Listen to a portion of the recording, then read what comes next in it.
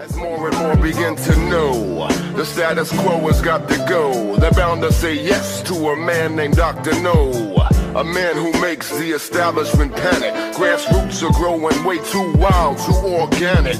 Ladies and gentlemen, 2 years ago, on April 18, 1965, I spoke at this forum on the subject of the new fascism, ruled by consensus. I said, quote, "The clue to the core essence, motive, and real meaning of the doctrine of government by consensus is the cult of compromise. Compromise is the precondition, the necessity, the imperative of a mixed economy. The consensus doctrine is an attempt to translate the brute fact of a mixed economy into an ideological or anti-ideological system and to provide them with a semblance of justification." Close quote.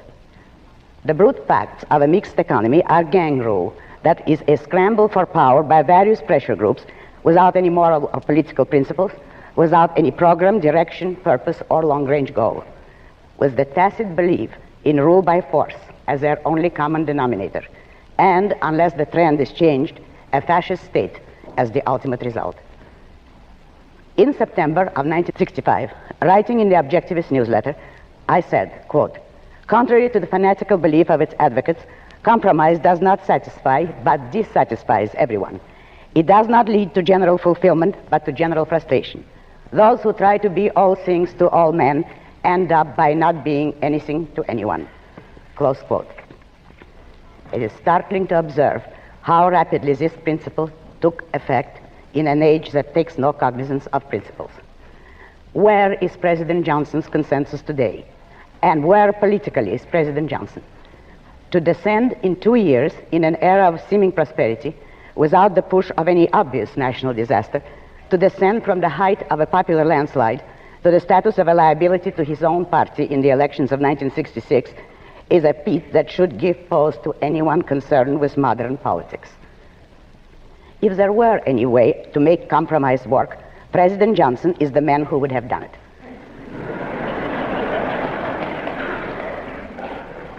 He was an expert at the game of manipulating pressure groups, a game that consists of making promises and friends, and keeping the second, but not the first. His skill as a manipulator was the one characteristic that his public image builders were selling us at the height of his popularity. If he could not make it, no amateur can. The practical efficacy of compromise is the first premise that Johnson's history should prompt people to check. And I believe a great many people are checking it. People, but not Republicans, or at least not all of them. Not those who are now pushing an unformed, soft-shelled thing like Romney to succeed where a pro has failed.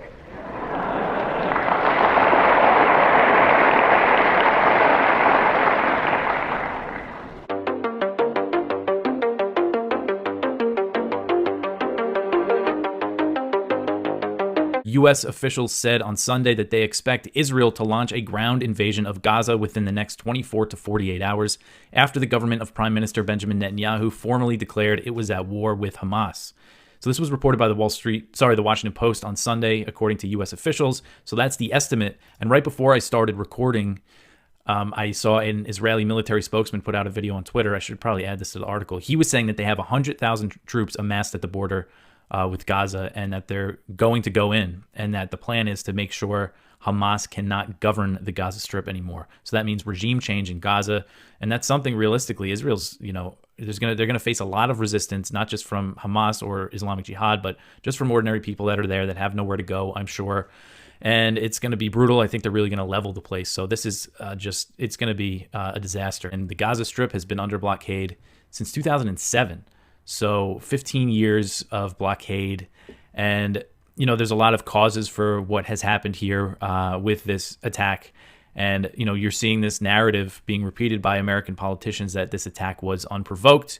And I'm not sure if there was a single incident, a single thing Israel did recently to provoke this. But again, Gaza's been under blockade for so long.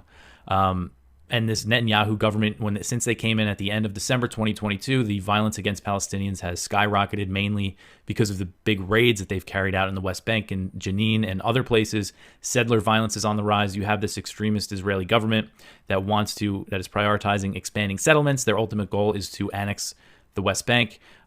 So a lot of things compounding on top of each other. A lot of people want this to be kind of a simple geopolitical thing and say this is some Iran-backed invasion to sabotage detente between the Saudis and Israel. And that could be related to this. But again, this is not a new conflict. Israel has been at war with the Palestinians, essentially since 1948, since they kicked 700,000 people out of their homes and created the state of Israel on top of what used to be a land inhabited by Palestinians. So because Gaza is under blockade, its residents have nowhere to flee, and a major Israeli ground assault on the enclave will incur massive civilian casualties.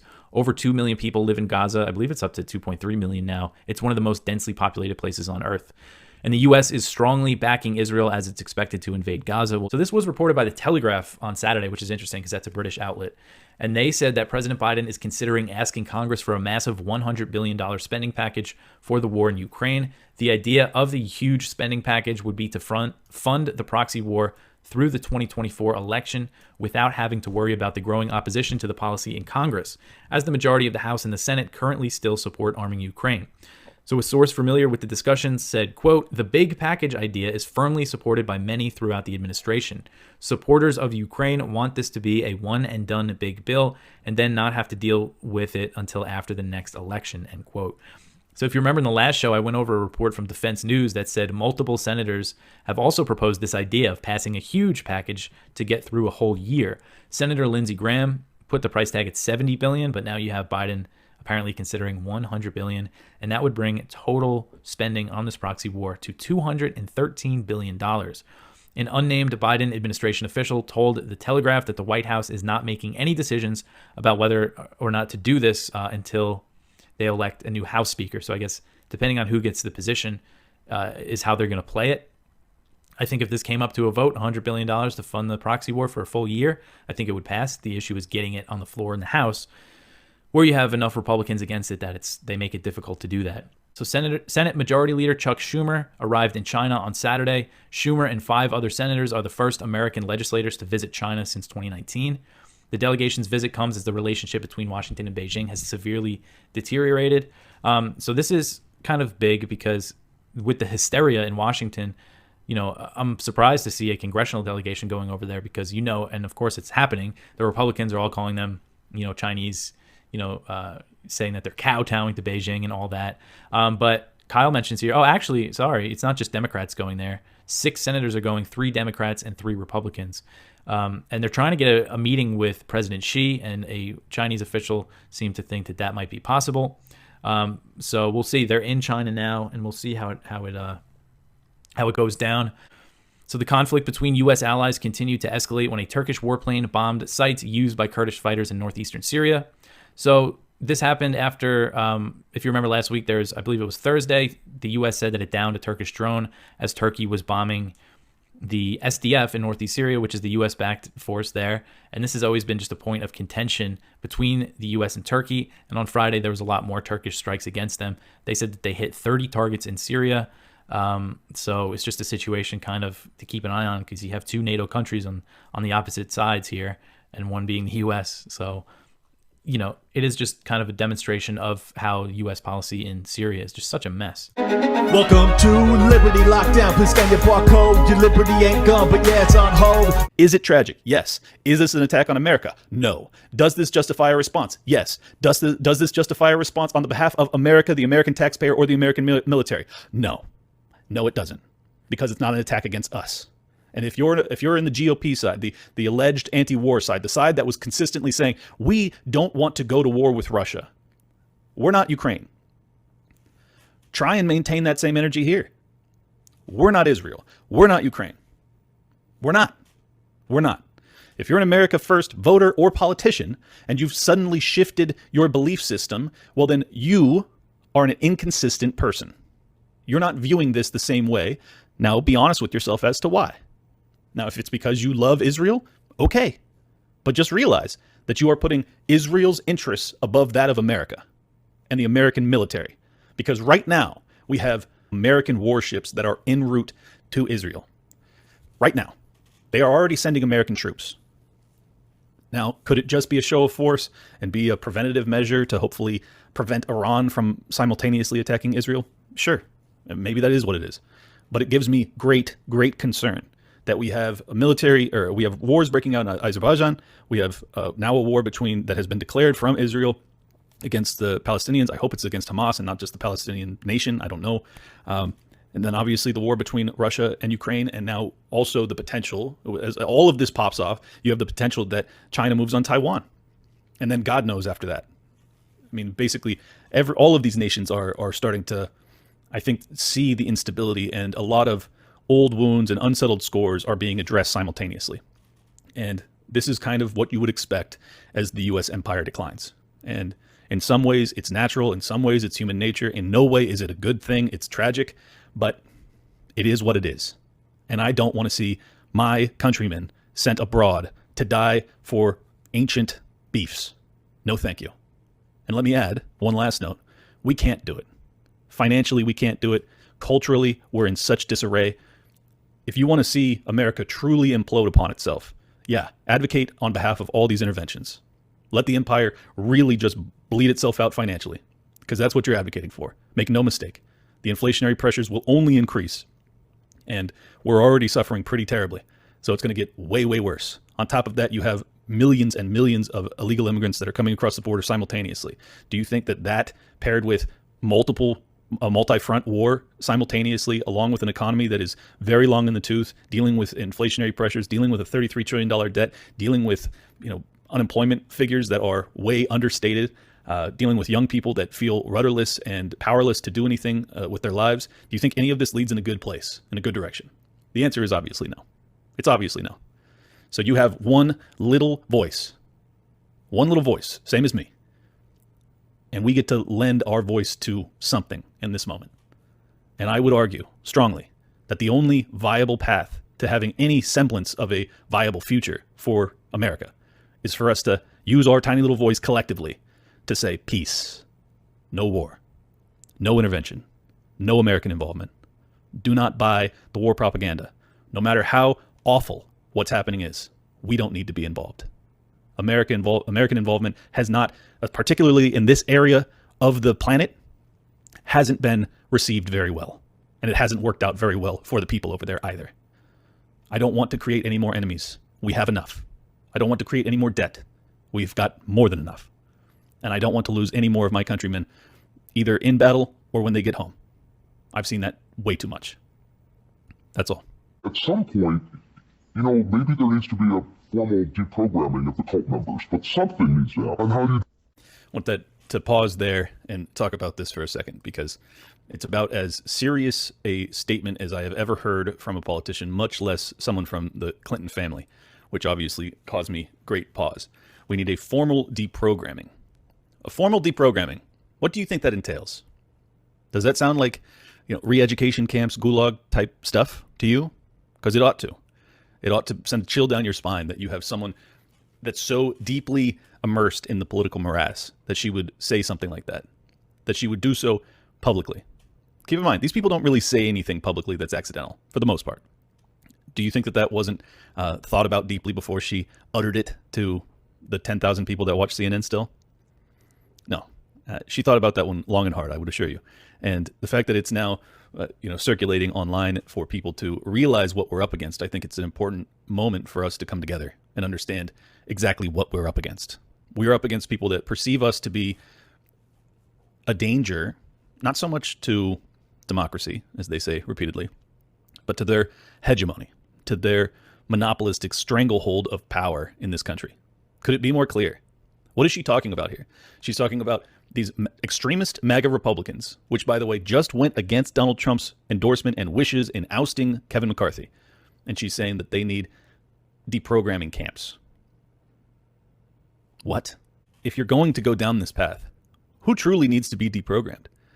Is it the people that still believe in God and country? Or is it the people that believe in totalitarian control, complete global hegemony, a military-industrial complex run amok, and no limits to spending, modern monetary theory? Are those the people that should be deprogrammed? Yeah, if we're going to have deprogramming camps, I would argue strongly that it ought to be them. But guess what? I still wouldn't argue for that, because it's not American at all. You're listening to Part of the Problem on the Gas Digital Network.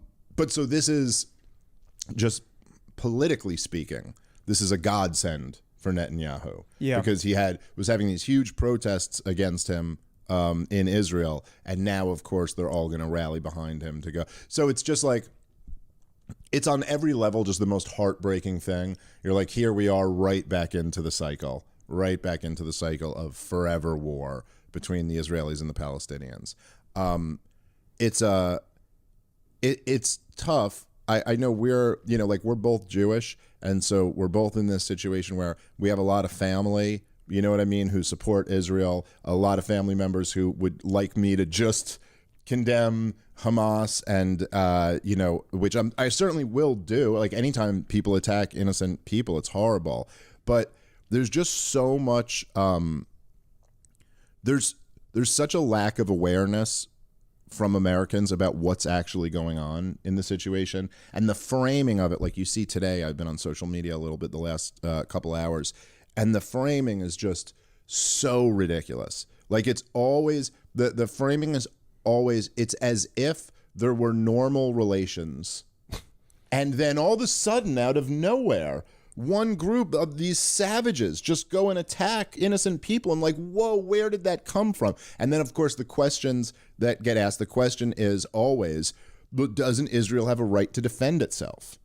And that's you're just supposed to ask that question. And then obviously that's leading to the answer. Of course they have a right to defend themselves. Wouldn't anyone have a right to defend themselves against this type of unprovoked violence?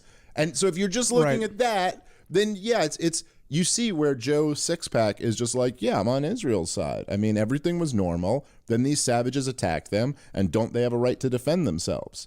But what no one ever seems to ask is like, well, okay, do the Palestinians have a right to defend themselves? What rights do they have? So I'm a dumb hippie, and I just go nations, walls, people. Like, that's what divides us. We're just people. Right. And it's interesting when you meet someone who's Palestinian in America, and you're like, this is crazy to think about, that if we were over there, you'd be on the other side of this wall, oppressed, and we would both be hating each other. And now we're over here, you're a person and I'm a person. I remember one time we were in Israel, we ended up in like some Palestinian village for some, like, we must have made like some wrong turn on the tour bus or whatever. It's an awful wrong turn to make in Israel. That can get very scary. But I remember like looking out this window, just, I was the dumbest 16-year-old and just being like, yo, the bitches in this town are hot. Like, why do we got a wall here? Like, these chicks are all hot. But I do think the problem is they're both Jews on both sides of that fence, and I say that like the Palestinians are Jews, and that the Palestinians have this hard line of, we're being occupied, which gives us a right to violence. I'm not saying all of them. I'm saying I have heard this, that they go, as long as there's an occupation, we basically have a right to terrorist violence. And then on the Jewish side, they go, well, as long as these people think they have a right to terrorist violence, we need a wall here and we need to oppress them, because otherwise they're just trying to kill us. That's where this doesn't necessarily serve the Palestinians well, because this kind of proves the point of, look at what happens when we're not engaged in maximum oppression.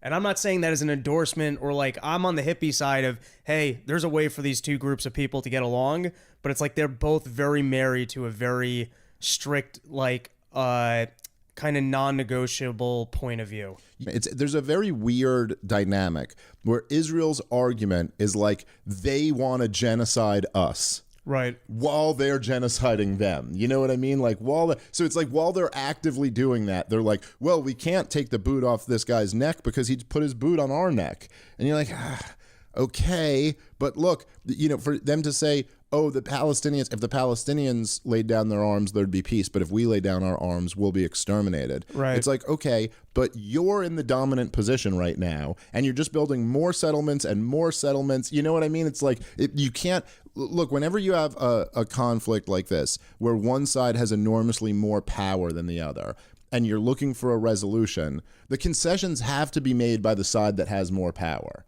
You know what I mean? Like, that's the only way that this can ever move forward.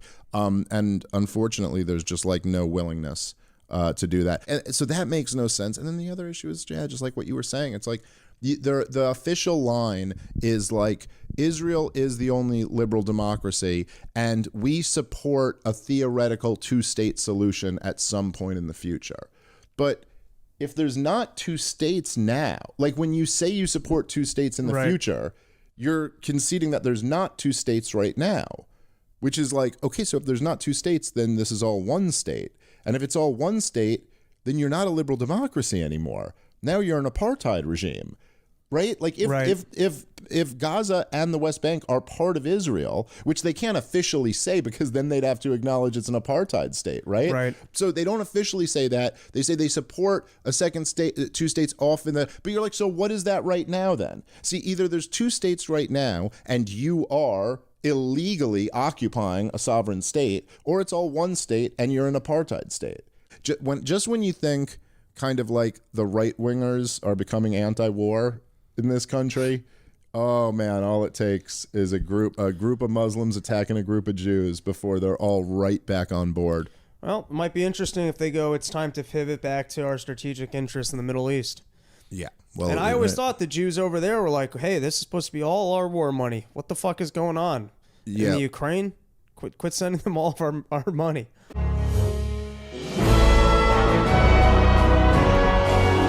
Some people are now saying that the weapons that we sold, gave away, and begged and pleaded, even though other countries participated to a degree, that weapons that ended up, saving us from the Russians. Yeah. That we had to first save the Ukrainians, so we became more devoted to the Ukrainians.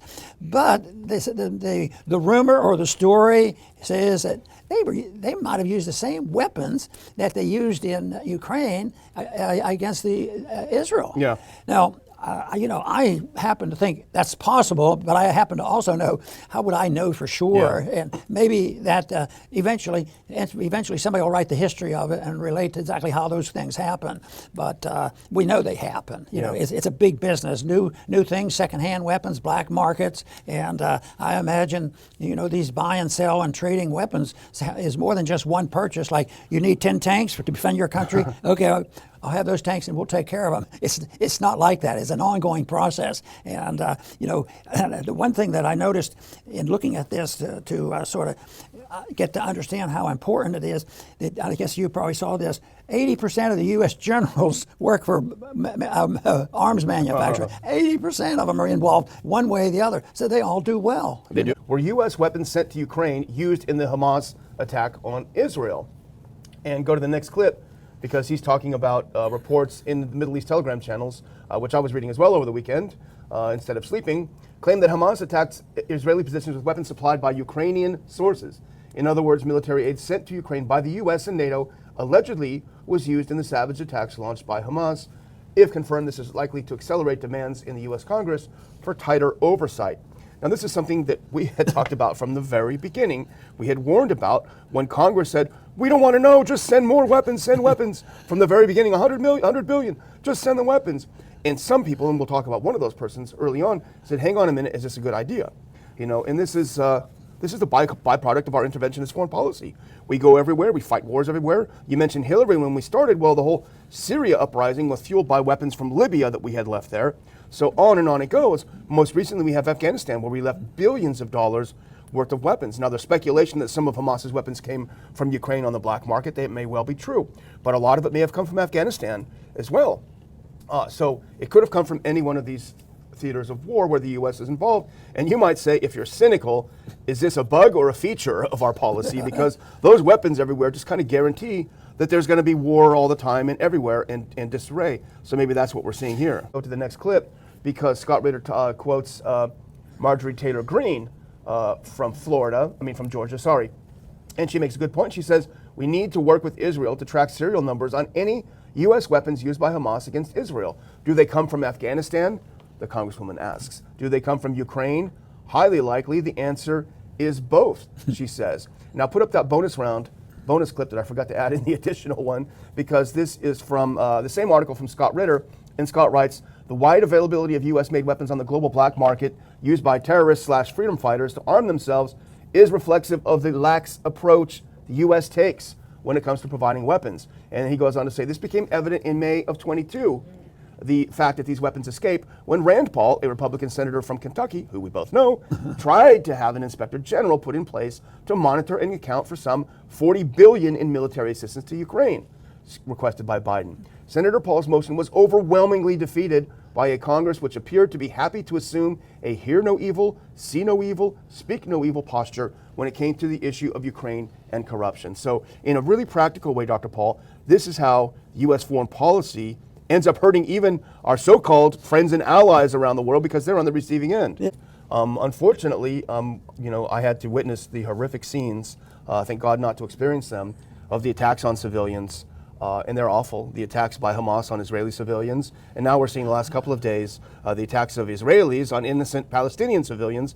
I think there's some 500 civilians now that have been crushed under falling buildings as a retaliation. So it really is awful and disgusting when civilians find themselves in the middle of these skirmishes, as they always seem to do. But it goes back to some of the things that you were talking about on 9/11, which is the issue of what are the motivations, what's happening, what's behind this attack.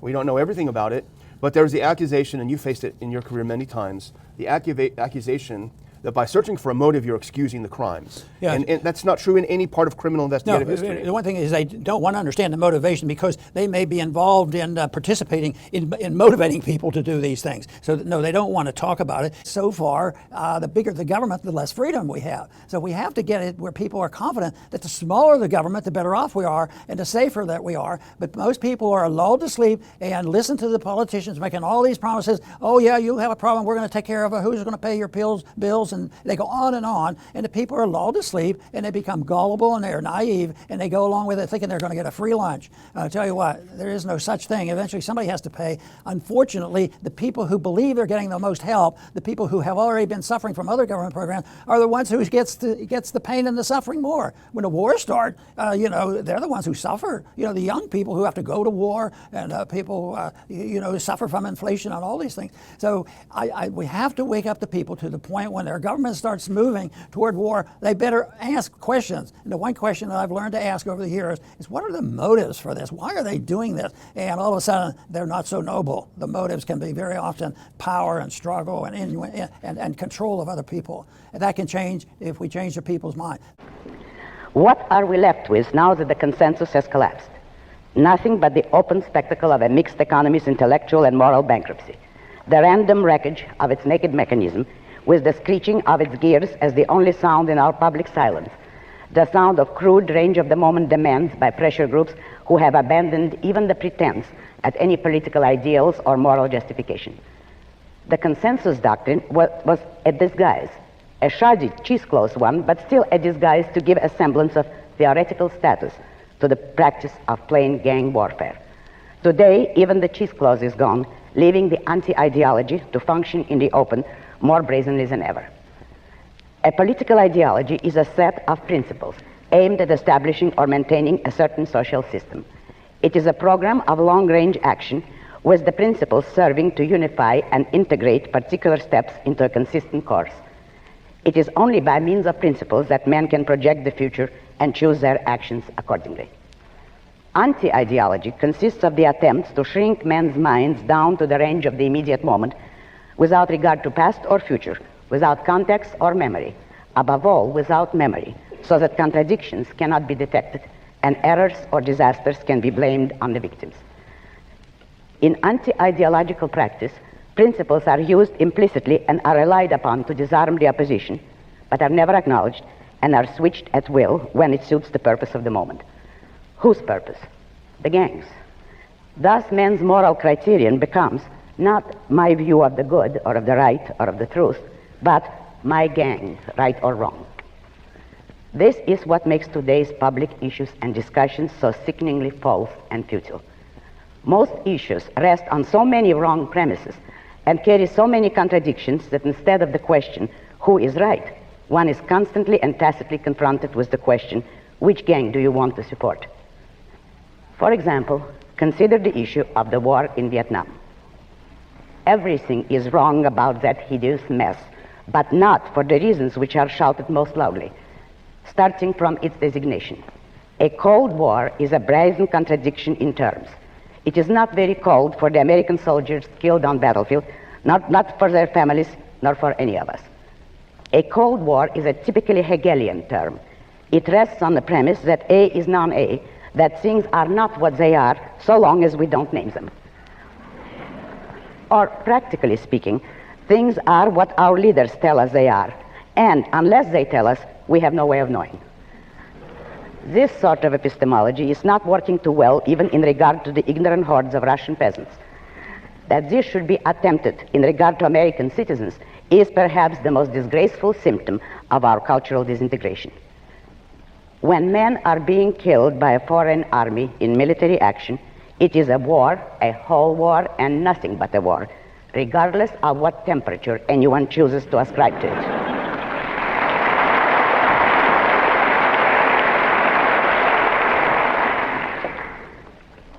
But observe what advantages the Hegelian terminology offers to the leaders of a mixed economy. When a country is at war, it has to use all of its power to fight and win as fast as possible. It cannot fight and non-fight at the same time. It cannot send its soldiers to die as cannon fodder, forbidding them to win. When a country is at war, its leaders cannot prattle about cultural exchanges and about building bridges to the enemy, as our leaders are doing, trade bridges, to bolster the enemy's economy and enable it to produce the planes and guns which are killing our own soldiers. A country at war often resorts to smearing its enemy by spreading atrocity stories, a practice which a free civilized country need not and should not resort to. A civilized country with a free press can let the facts speak for themselves. There is only one sense in which that ghastly phenomenon has to be classified as a non-war. The United States has nothing to gain from it. Wars are the second greatest evil that human societies can perpetrate. The first is dictatorship, the enslavement of their own citizens, which is the cause of wars. When a nation resorts to war, it has some purpose, rightly or wrongly, something to fight for, and the only justifiable purpose is self-defense. If you want to see the ultimate suicidal extreme of altruism on an international scale, observe the war in Vietnam, a war in which American soldiers are dying for no purpose whatever. This is the ugliest evil of the Vietnam War, that it does not serve any national interest of the United States, that it is a pure instance of blind, senseless, altruistic, self-sacrificial slaughter. This is the evil, not the revolting stuff that the Vietniks are howling about. None of us knows why we are in that war, how we got in, or what will take us out. Whenever our public leaders attempt to explain it to us, they make the mystery greater. They tell us simultaneously that we are fighting for the interests of the United States and that the United States has no selfish interests in that war. They tell us that communism is the enemy, and they attack, denounce, and smear any anti-communists in this country. They tell us that the spread of communism must be contained in Asia, but not in Africa. They tell us that communist aggression must be resisted in Vietnam, but not in Europe. They tell us that we must defend the freedom of South Vietnam, but not the freedom of East Germany, Poland, Hungary, Latvia, Czechoslovakia, Yugoslavia, Katanga, etc. They tell us that North Vietnam is a threat to us, but Cuba is not. They tell us that we must defend South Vietnam's right to hold a democratic election and to vote itself into communism if it wishes, provided it does so by vote, which means that we are not fighting for any political ideal or any principle of justice, but only for unlimited majority rule, and that the goal for which American soldiers are dying is to be determined by somebody else's vote. They tell us also that we must force South Vietnam to accept communists into a coalition government, a process by which we deliver China to the communists, which fact we must not mention. They tell us that we must defend South Vietnam's right to national self-determination, and that anyone upholding the national sovereignty of the United States is an isolationist, that nationalism is evil, that the globe is our homeland, and we must be prepared to die for any part of it except the continent of North America. Is it any wonder that no one believes the pronouncements of our public leaders any longer, neither the American people nor foreign nations? Our anti-ideologists are beginning to worry about this problem. But in their typical style, they do not say that somebody is lying. They say that there exists a credibility gap.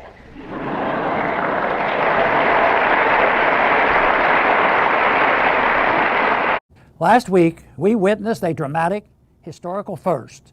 A Speaker of the U.S. House of Representatives was removed from that position by a vote from members of that body. U.S. Representative Matt Gaetz was able to gather enough Republicans dissatisfied with the leadership of then Speaker Kevin McCarthy to send him packing. What was the last straw? According to Gates, it was McCarthy's secret deal with President Biden and the Democrats to bring up another huge funding package for Ukraine separately if they agreed to support a bill to keep the government open without Ukraine money in it. Gates and his allies were angry that they were kept in the dark about the deal, and in the end, it only took 8 Republican rebels to end McCarthy's 8 months in the chair. Several thoughtful members, including my friend Thomas Massey, made convincing arguments that Republicans removing the speaker would do little to nothing when looking at the bigger picture of a record U.S. debt, a continuously growing budget deficit, and runaway inflation. It would also be argued do little to fix a broken House of Representatives where members are more interested in showboating than taking a needed chainsaw to the massive yearly omnibus spending bill that has taken the place of individual funding bills for each part of the federal government. When I was in the House, we mostly worked under what was called regular order, where each individual appropriations bill was brought to the floor and debated sometimes for several days and with unlimited amendments before they held a vote. With regular order, there was at least a chance that members and staff could actually read the bill and try to make changes. Multi-thousand-page omnibus bills brought to the floor at the last minute with a demand that they be passed immediately is part of the reason we are up to our eyeballs in debt. They can, and do, sneak everything into them. Even with the deserved criticism, however, there is still something satisfying about seeing such a shakeup over the issue of foreign interventionism. After a year and a half and more than $100 billion sent by Biden and neocons for the proxy war with Russia in Ukraine, finally some members are starting to wake up and say no to demands for even more. These wars, instigated by the neocons from both parties, always end in disaster, but not until they produce much suffering in the countries they claim to want to liberate. They also further punish the middle and working class while enriching the wealthy and the well-connected in the military-industrial complex. The cost of this latest war will be hidden in the cruelest tax, inflation, which disproportionately hurts the poor. Will a new Speaker of the House solve our problems? No. Our biggest problem is our financial and moral bankruptcy, which has been brewing for over 100 years since the creation of the Fed and the rise of the progressive era. But finally, we see members responding to rising anger among the electorate over the financing of another forever war, this time with a nuclear superpower. Finally, we see members saying enough to demands that even more money for the U.S. empire be a good start, and we should do all we can to encourage it. Thanks for listening.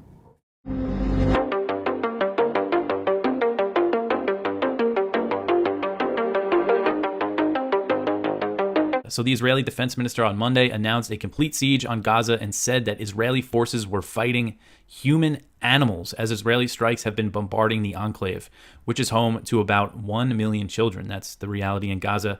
Population of over 2 million, about half are children. So Israeli Defense Minister Yoav Gallant said, quote, "I have ordered a complete siege on the Gaza Strip. There will be no electricity, no food, no fuel. Everything is closed. We are fighting human animals and we are acting accordingly," end quote. And I got that quote from the Times of Israel. So also on Monday, Hamas warned that it would start executing Israeli captives that it has taken into Gaza if Israel does not stop its airstrikes. According to Middle East Eye, Abu Ubaidah, who's a spokesman for the Hamas, the military wing of Hamas, said that the prisoners were currently safe and sound, but that they are being forced to act due to Israel's airstrikes on civilians. He said that if the bombings did not stop, prisoners would be executed and they would be documented, the executions, meaning they would probably be filmed. So since Hamas launched an unprecedented attack on southern Israel on Saturday, so this is the death toll as of early Monday morning in Israel and Gaza, 1,600 people have been killed on both sides, including 900 Israelis and 700 Palestinians. So in just 3 days, that's a huge number. So according to the Washington Post, one thing that the Biden administration is considering is combining its request for more spending on the war in Ukraine with new aid for Israel. And the idea, according to the Washington Post's sources, would be to jam the far right. So they're referring to the Republicans in Congress who oppose the proxy war in Ukraine, but are staunch Israel supporters. So no final decision has been made on whether or not Biden's going to do this. And in the meantime, the U.S. is already shipping new weapons to Israel using existing authorities. So a Pentagon official told Politico on Monday that planes carrying new military aid for Israel have already taken off. So the U.S. is sending air defense and munitions. The Pentagon officials have not detailed what kind of weapons they're sending over there. But according to media reports, Israel has requested precision-guided munitions, small diameter bombs, and interceptors for its Iron Dome missile defense system. So Israel already receives $3.8 billion from the U.S. each year in military aid. So on Monday, Israeli officials said they had no evidence that Iran was involved in the Hamas attack on southern Israel after a report from the Wall Street Journal claimed that Iranian officials helped plot the operation. So that Wall Street Journal report seemed very strange. It came out Sunday, and they quoted sources in Hamas and Hezbollah saying that Iran basically gave the green light for this operation. So how is it that Israeli intelligence, U.S. intelligence missed that this was going to happen? But then you have the Wall Street Journal the next day having this huge scoop that, oh yeah, this was the plan. It's just hard to believe. And, just at this time, especially right now, like we have to kind of be aware of the idea of kind of fake narratives and things, especially outlets like the Wall Street Journal that are notoriously hawkish and want to push for war. And the Wall Street Journal is particularly bad on Iran. They always have been. So anyway, an Israeli Defense Forces spokesman said, quote, "We have no evidence or proof," end quote, and referring to Iranian involvement. And this was in comments to Politico. He also, left the door open to Iranian responsibility, basically saying just because we don't have the evidence doesn't mean that Iran isn't behind it. And another IDF spokesman, Rear Admiral Daniel Hagari, made similar comments. He said, quote, "Iran is a major player, but we cannot say yet if it was involved in the planning or training," end quote. So also on Monday, Iran and Hamas denied Iranian involvement in the assault. The Iranian Foreign Ministry spokesman denied that they were involved. And Ali Barakeh, he is a Hamas leader living in exile in Beirut. He said in comments to AP that only top Hamas military officials were aware of the plot before the attack was launched. He said, quote, "Only a handful of Hamas commanders knew about the 0 hour," end quote. This article is from Kyle Anzalone at the Libertarian Institute. So a recent poll found that the number of Ukrainians who want to fight Russia until the end of the war has fallen to 60%. So it's still the majority of the population, according to this Gallup poll, wants the Zelensky government to keep fighting Russia even after this counteroffensive that has not been successful. But it does show that fighting until the war is won. So the question that they asked was, do you support fighting until the war is won? And 60% of the people said yes, but that is a drop from 70% last year. And the number of Ukrainians wanting to seek a diplomatic resolution has increased from 25% to 31% over the past 12 months. Kenya's High Court put a temporary suspension on a planned troop deployment to Haiti. The Joe Biden administration made a deal with Nairobi to deploy its soldiers to Haiti on a mission approved by the UN Security Council. The U.S. agreed to finance the mission and to train the Kenyan soldiers.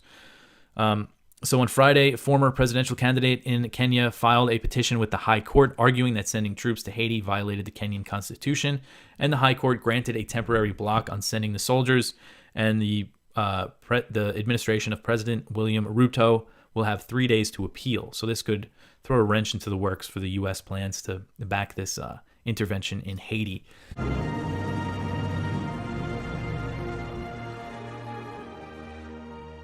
Do you think that with the now obvious loss of the spring, then summer, now fall, if it's still around, offensive in Ukraine, the American neocons and globalists might turn their attention to Israel and basically give up on Zelensky?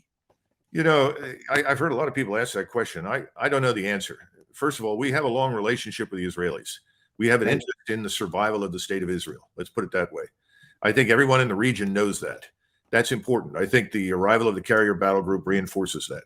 As far as Ukraine is concerned, that's an entirely different animal because we really can't bring much to bear against the Russians without risking a direct confrontation with them. And let's face it, every time you're involved in a proxy war, where you're trying to hurt someone through someone else, there's always the danger that the proxy war suddenly falls to the wayside and you're in a direct confrontation with the Russians. And that's what I'm worried about at this point, because we've had some very stupid things come out of London as well as Washington about what we will or will not do with the Russians. The example of Mr. Grant Shapps, the new Minister of Defense in England, announcing that he's discussing a proposal to send British troops to Ukraine to train Ukrainians inside Ukraine is an invitation to a larger war that will involve Great Britain. And people in Britain had better wake up and get control of their government, because if they think they're going to sit in isolation on an island, if they put British troops on the ground in Ukraine, they are wrong. Is there any evidence of which you're aware that the Russians fomented, supported, rejoiced in the Hamas attack over the weekend? No, I haven't seen any evidence for it. And I think, as I pointed out earlier, I know that the Russians are probably very disappointed in the role that the Mossad has played and in Israel's decision to ship ammunition. Because, as I'm sure many of your viewers are aware, the Russians have worked very, very hard to maintain the peace in Syria, to prevent the war in Syria from spilling into Israel. They have accommodated the Israelis when the Israelis felt obligated and the necessity to strike various targets. And the Russians had told the Syrians that if they move anything from Iran into the country that could be threatening to Israel, that the Russians would not protect them. So I think the Russians are disappointed that after having cooperated closely with the Israelis, that the Israelis have not honored their relationship with Moscow and instead have turned suddenly to arm the Ukrainians. However, I don't see any evidence that the Russians are in any way, shape, or form involved. Both clips of General Milley, who maybe this is the last time we have to deal with him. He's in uniform, so this must have been taped before he left. In the first one, Colonel, he says the counteroffensive is still going on. This is dated October 8th, which is yesterday, but he must have been taped 10 days ago before he left office. The second one will blow you away, saying if Vladimir Putin wins, expect the American military budget, the Defense Department budget, to double in the next year or two. Here, I guess he's looking for a job on one of those defense industry boards of directors. Oh, he'll find a home in any number of different so-called think tanks, which we know are really advocacy tanks, funded by people who want perpetual war. I wouldn't worry about that. I think two things are worth noting. First of all, Ukraine as a state, and certainly its armed forces, are now effectively on life support. Ukraine is the 51st state. We're supplying almost everything. We pay their bureaucrats, we pay the armed forces. Of course, you know, a lot of the soldiers aren't being paid properly, but that's because their officers and corrupt individuals in the government are pocketing a lot of that cash, obviously, just as they don't get all of the weapons and ammunition because it's resold and shows up somewhere else. I'm sure we'll find some evidence for that in Hamas before this is over. So Ukraine is effectively on life support. The real question is, what are the Russians going to do? They're sitting in Kupiansk. If they wanted to launch an offensive and immediately seize Kharkov, it could be done within days. They could then move straight on to Kiev or Kiev. Why they don't is anybody's guess, but they're in a position to do so. It's all a function of what the leadership in Moscow wants. Now, secondly, the notion that if Putin wins, Judge, the defense budget is now roughly the same as the trillion that we owe every year to service our national sovereign debt. Right. He is in fairyland if he believes that we're going to double this defense budget for a future war with Russia. If anything, I think we should anticipate the collapse of NATO. I'm not even sure the EU will withstand this mess once it finally comes to an end. And as a result, I don't think we're going to end up staying in Europe for another 75 years. But of course, all of the Army generals and Air Force generals that I run into are desperately afraid that what I just described will happen. Because if it happens, large numbers of headquarters and general officer billets will go away. Also, funding lines will dry up. We'll pull out. And nobody wants us to pull out. In the meantime, you've got millions of Americans who are begging for the United States Army to come back to the border. You know, we say there are roughly 10,000 illegals boarding buses in Panama headed north to the Mexican border every day to join us up here. We have over 7 million that have come into the country. I've talked to someone at Homeland Security, and I said, well, the official number is 11 million illegals in the United States, and 2.3 million have come across since Biden was in office. And they just burst out laughing. He said, where are you getting this stuff? It's at least 7.3 million have come across since he took over. We probably have 28 million illegals. Now, everybody will run around and say, well, that's not verified. That's not what the government says. Well, what's the last time the government told us anything that made any sense or was true? So I think we're in a lot of trouble. And I think he's absolutely off the reservation. He needs to go into therapy. We're not going to do anything remotely like what he described. The world's breaking apart. You can't have centralized authority in the way you once did. The technology we have is a kind of instantiation of a more complex reality where people return to a more anthropomorphic reality of self-organization, local autonomy. There's no reason for us to be corralled into populations of hundreds of millions, bombarded with propaganda until we're absolutely subjugated and compliant. It's not working anymore. It's falling apart. They're unable to acknowledge that. So it seems that every crisis becomes an opportunity, and everything, the most ordinary media, has to be utterly propagandized.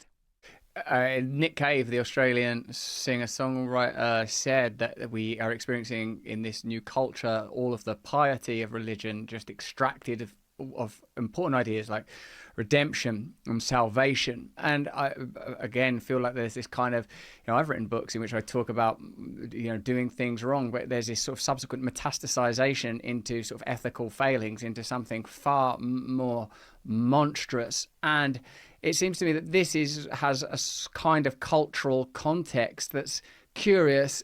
For example, obviously free speech equates to hate speech is an interesting idea. Your opponents must be demonized. You don't need to hear their ideas. You shouldn't hear their ideas.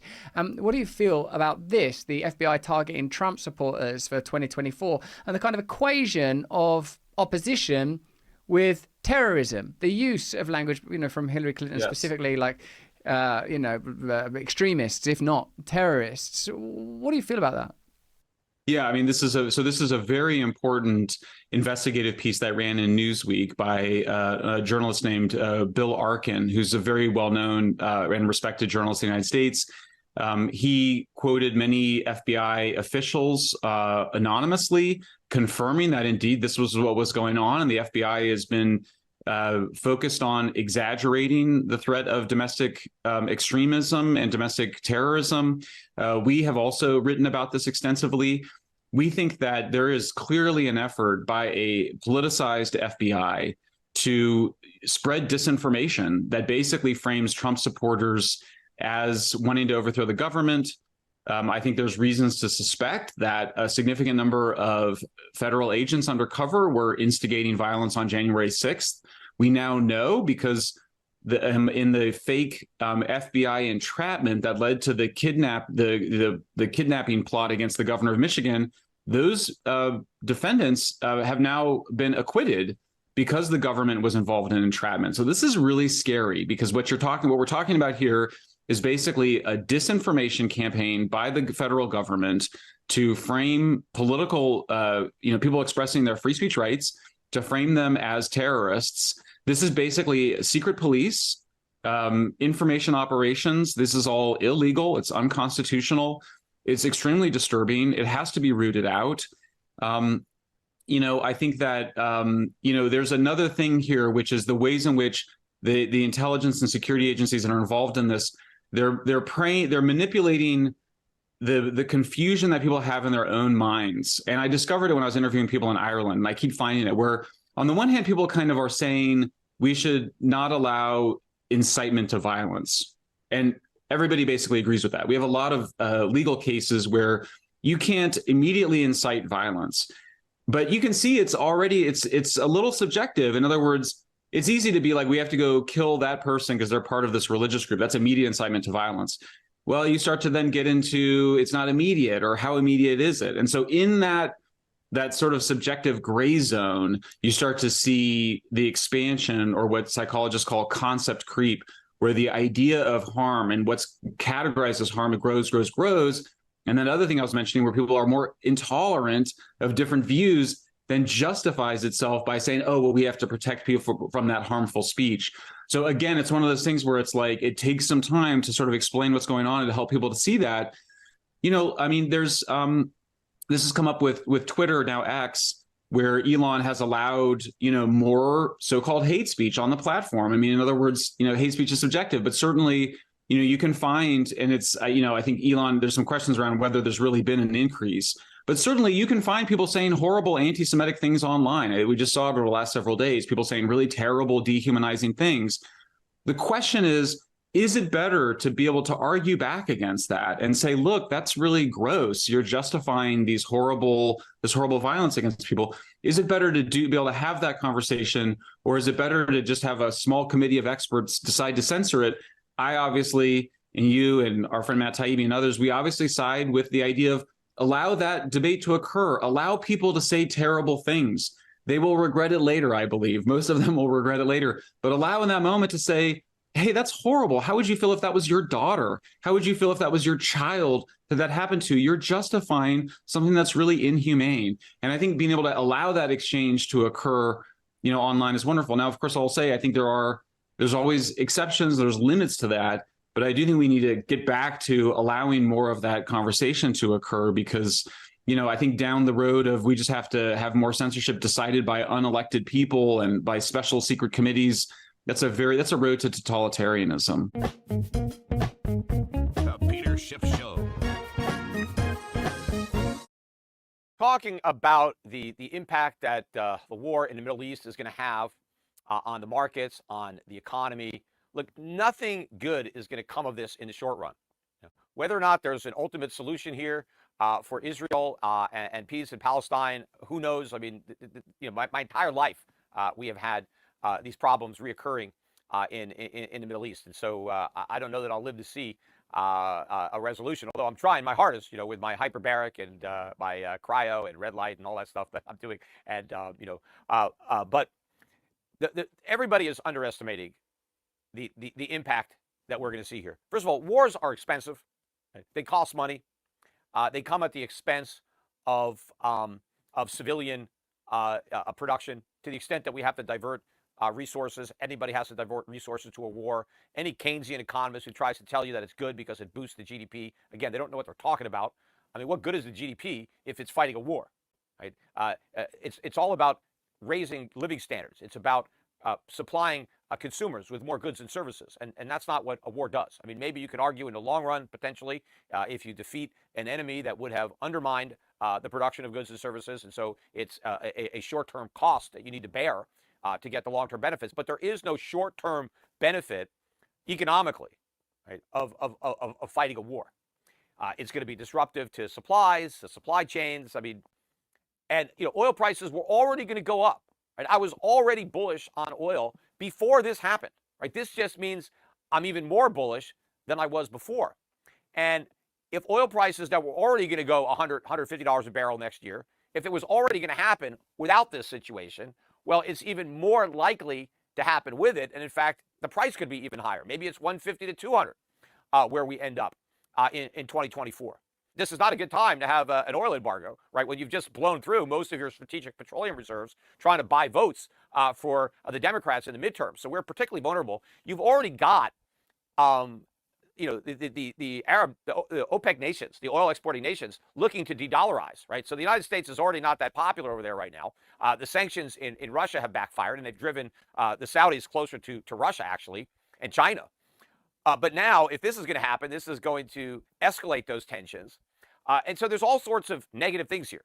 Right? I mean, look at all the defense stocks. I mean, they were the biggest performers. I mean, there were some oil stocks that did well today, but the defense stocks beat out the gold stocks. I mean, why are these defense stocks rallying? Because people know that means they're going to sell more weapons, right? So who's buying all these weapons and who's paying for it? I mean, maybe it's going to be Israel that's going to buy all the weapons, but where are they going to get the money? They'll get the money from us. But where are we going to get the money? We got to borrow it from the Chinese, except the Chinese don't want to lend it. So we got to get it from the Federal Reserve.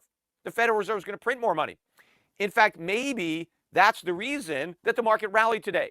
Maybe it's not that they are underestimating how bad the problem is. Maybe they realize it's a bad problem, and they realize that that's a good thing, right? Because, bad news is good news. And if this is bad news, maybe it's good, because it means we're going to get more QE, or a return to QE. And at least we're not going to get any more rate hikes. Right now, we've got war in the Middle East. So the Fed can't raise rates with all that uncertainty out there. And maybe they'll have to cut rates. But it's not really a function. This is what the markets still don't get. And I've been trying to hammer this point home in these podcasts. It's not just about the rate hikes. Even if the Fed is done hiking rates, it doesn't matter, because the market is not done hiking rates. In fact, if the Fed is done hiking, then the market has even more work to do, because the best thing for the long end was the Fed to be very vigilant on its inflation fight, right? The more hikes, the better, as far as the 30-year bond or even the 10-year bond is concerned, right? They want the Fed fighting inflation hard. But now, if the Fed is of the belief that it can stop fighting because, hey, look, long-term yields have already moved up, that means we can ease up. No, because if the Fed ease up, the long-term rates are going to go up even more. It's not that the long-term rates have gone up because the Fed has been hiking. They've been going up because of higher inflation. That's what's been driving them up. And also the supply, the huge supply of Treasury. And also the other dichotomy that we see now, which we've never seen before, is that the budget deficits are rising even though the economy is supposedly strengthening. Normally it's the reverse. When the economy is getting strong, the budget deficits come down. That's because tax receipts go up, expenditures go down, it's self-correcting. But this is different. This expansion has expanding budget deficits, and one of the main reasons for that is the fact that interest rates are rising, and that means the cost of servicing the debt is rising. So we're at a situation where a strong economy is resulting in even larger, not smaller budget deficits, which will put even more upward pressure on long-term interest rates than you would normally expect in a strong economy. So if the Fed says, okay, we're done, then the bonds are really going to get killed. The only way that they can slow down the collapse would be to go back to QE, but even that would not work. It might work temporarily, but over a longer period of time, and I'm not talking years, I mean maybe months, the bonds are going to reverse because the inflationary impact of a return to QE is going to be quickly realized, especially by the foreign exchange market and by the gold market, and that is going to bleed into the bond market.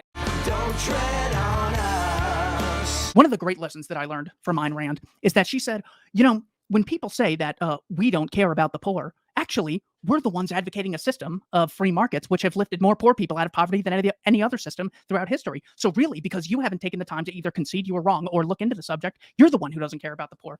I want to make the case that it's actually Yaron Brook and the Ayn Rand Institute who don't care about dead Israelis. The Libertarian Institute completely opposes initiating violence against peaceful people. Hamas, that was an absolutely unjustified act. But because Yaron Brook is not willing to look into the causes of what causes terrorism, he does not care about dead Israelis. Robert A. Pape and James K. Feldman wrote a book titled Cutting the Fuse, The Explosion of Global Suicide Terrorism and How to Stop It. On page 8, they describe the book as the first complete data set of all suicide terrorist attacks around the world from 1980 to 2009.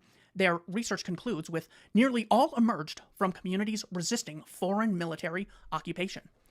From the introduction, from 1980 to 2003, there were 345 completed suicide terrorist attacks by 524 suicide terrorists who actually killed themselves on a mission to kill others, half of whom are secular. The world leader was the Tamil Tigers, a secular Hindu group who carried out more attacks than Hamas or Palestinian Islamic Jihad, PIJ, during this period. Further, at least a third of the suicide attacks in predominantly Muslim countries were carried out by secular terrorist groups such as the Kurdistan Workers' Party, PKK, in Turkey.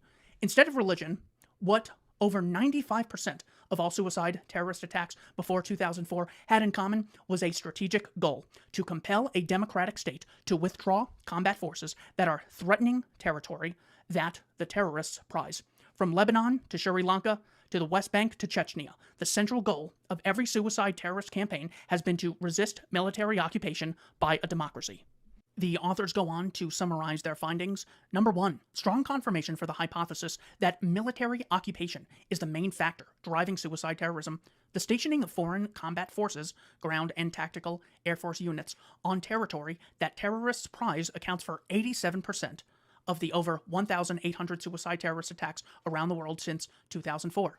Number 2, strong evidence for new hypotheses about the causes of transnational suicide terrorism.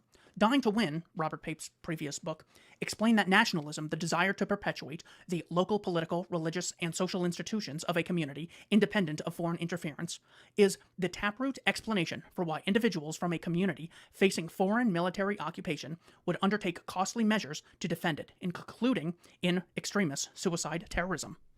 It was the Hindu, avowedly anti-religious Liberation Tigers of Tamil Eelam, LTTE, in Sri Lanka, whose 157 suicide terrorists totaled more than Hamas and all other Palestinian suicide groups combined. Of the Palestinian suicide terrorists, more than a third were from secular groups, such as Al-Aqsa Martyrs Brigade and Popular Front for the Liberation of Palestine, PFLP. Of the suicide terrorists associated with Hezbollah in Lebanon during the 1980s, only 21% were Islamic fundamentalists, while 71% were communists and socialists. 8% were Christians. In Turkey, 100% of the PKK's suicide attackers were secular. Overall, Islamic fundamentalism cannot account for over half of the known affiliations of the 524 suicide terrorists from 1980 to 2003. 184 were from Islamic fundamentalist groups, 35% comprising 73 Al-Qaeda, 5 Lebanese, 5 Kashmiri rebels, 69 Hamas, 34 Palestinian Islamic Jihad, and 236 from secular groups. 45% comprising 157 Tamil Tigers, 42 Al-Aqsa, 22 Lebanese, 15 PKK, while 21% had unknown ideological affiliations. To show you the extent of how evil these regimes can get, when it comes to the Council on Foreign Relations published this document where they cited U.S. bombs dropped in 2016 alone. Here are the numbers that I will pull up on the screen. 2016 alone. Syria, 12,192 bombs. Iraq, 12,095 bombs. Afghanistan, 1,337 bombs. Libya, 496 bombs. The U.S. military dropped. Yemen, 35. Somalia, 14. Pakistan, 3. Totaling 26,172. Mr. Brook, we are not against Israel or any other collective of people. We're against initiating violence, regardless of someone's gender, regardless of someone's geographical area, regardless of their race. That is what we're actually against. So I challenge Mr. Brook to come on to the Libertarian Institute and debate Scott Horton. I will host Scott Horton or Dave Smith on this show anytime to have a discussion with Mr. Brook. Thanks to everyone for watching. Check out libertarianinstitute.org.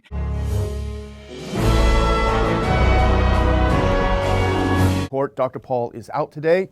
I will be guiding you through a couple of topics as we move ahead. And one of the things we want to talk about today, the first thing we want to talk about today, obviously, is what's going on in Israel, Palestine, and the Middle East, the larger Middle East. Lots happening since Saturday, since, as you well know, I'm sure Hamas launched a surprise attack on some Israeli military bases and, unfortunately, on some civilians. And we see now the response in Israel has been a massive attack on Gaza, flattening of neighborhoods. So we basically have a situation of war like we haven't seen in a long time. But of course, as we know with the neocons here at home, the mantra is never let a crisis go to waste. And so the bombs had barely started falling from Israel into Gaza. The assault had barely stopped from Hamas into Israel proper, that the neocons in the US, of course, were calling for an attack on Iran. Because no matter what happens, you attack Iran, because that's all they can talk about. And so taking advantage of this, starting off, was an article by the Wall Street Journal, which we discussed yesterday with Dr. Paul. And we can put that first clip up just to remind you of what it was all about. Iran helped plot attack on Israel over several weeks. It was an unsourced article. The lead on the article, Summer Saeed, is said to have been fired from Reuters for making up stories, so we don't know the full story about it. But the Wall Street Journal is not nicknamed the Wall Street Journal for nothing. The Wall Street Journal was not alone, of course, because the usual gaggle of neocons rushed to the talk shows to make their points known that Iran must be attacked because of the Hamas movement against Israel. Of course, Hamas, though friendly with Iran, is certainly not ideologically allied with Iran. It's closer to the Muslim Brotherhood in Egypt in terms of its ideology. We saw there are two aspects to the attacks, of course. There are the targeting of military installations, which in a war is what happens.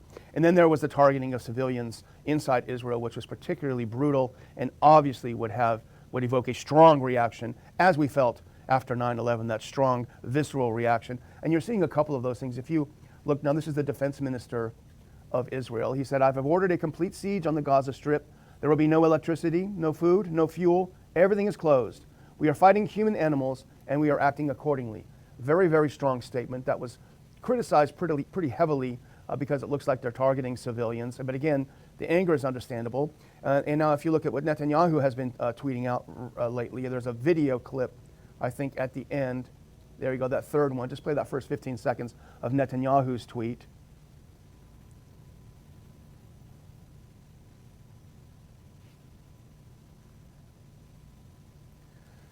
So he's been sending out some posts, some tweets or posts, showing them blowing up a lot of what look like civilian apartment buildings. And obviously, this is an urban setting. There is no Hamas military base that can be bombed. They're all intertwined. Nevertheless, you're seeing what looks at least to be like a lot of blind anger and blowing up of civilian infrastructure. Now, I've talked to a couple of contacts that I have in the military area, and a couple of points that they've made that I think are pertinent to our discussion here is that what could have been a huge tactical victory for Hamas. You go in to the military bases, you take the soldiers, and you get out. It could have been a huge boost for them. But the brutality of the attacks on civilians in the reportedly at the music festival and at a couple of villages overshadows what would have been a military victory. Obviously now Israel is also hitting civilians in Gaza in retaliation. But the next step that's been announced by the Israeli government is ground troops into Gaza, and that carries with it a good deal of risks because it is urban warfare. You carry the risk of high casualties on the part of the IDF, the Israeli Defense Forces. The question is whether they'll be able to maintain high levels of casualties among their fighters after what they've just endured. And you also have the warning from Hezbollah that if there is a ground incursion into Gaza, we will enter the fight full force from the north and from the east. So you have a lot of risks involved with this. And the person I talked to said they should, obviously, although they're upset now, they should calm down and think carefully, the Israelis that is, about their next step. So we'll continue to watch and see what's happening here. Hopefully the neocons will not prevail here in the U.S. because the last thing we also need, and certainly Israel does not need to have Iran, which has been proven to have some very sophisticated weaponry. If you look at the theater of operations in Russia and Ukraine, you don't necessarily want to unleash that on Israel at this point. And I think that's probably why Israel seems to be cool to the idea of pointing the finger to Iran. And here's Bill Kristol floating the idea at first. And you can see, he says, well, shouldn't Biden, McConnell, and Schumer agree now on a big year-long arsenal of democracy supplemental with ample funding for Ukraine and Israel, as well as border security? Get it passed ASAP in the Senate and have a discharge petition ready with 218 signatures in the House. It's a clever move. Medea Benjamin, who is the founder of Code Pink, she writes about it in this next clip as well. She says, Democrats are preparing a legislative package that lumps Israel aid in with massive Ukraine funding. So Republicans who support Israel but question aid to Ukraine will feel obligated to vote for it. A sneaky way to make sure both conflicts continue. And I think she has a very good point there. Observe the terms in which the war in Vietnam is discussed. There are no stated goals, no intellectual issues, but there are apparently two opposing sides which are designated not by any specific ideological concepts, but by images, which is appropriate to the primitive epistemology of savages, the hawks and the doves. But the hawks are cooing apologetically, and the doves are snarling their heads off. The same groups that coined the term isolationist in World War II to designate anyone who held that the internal affairs of other countries are not the responsibility of the United States, these same groups are screaming that the United States has no right to interfere in the internal affairs of Vietnam. Nobody has proposed a goal which, if achieved, would terminate that war, except President Johnson, who has offered $1 billion as the price of peace. Not $1 billion paid to us, but $1 billion paid by us for the economic development of Vietnam, which means that we are fighting for the privilege of turning every American taxpayer into a serf laboring part of his time for the benefit of his Vietnamese masters. But demonstrating that irrationality is not a monopoly of the United States, North Vietnam has rejected that offer.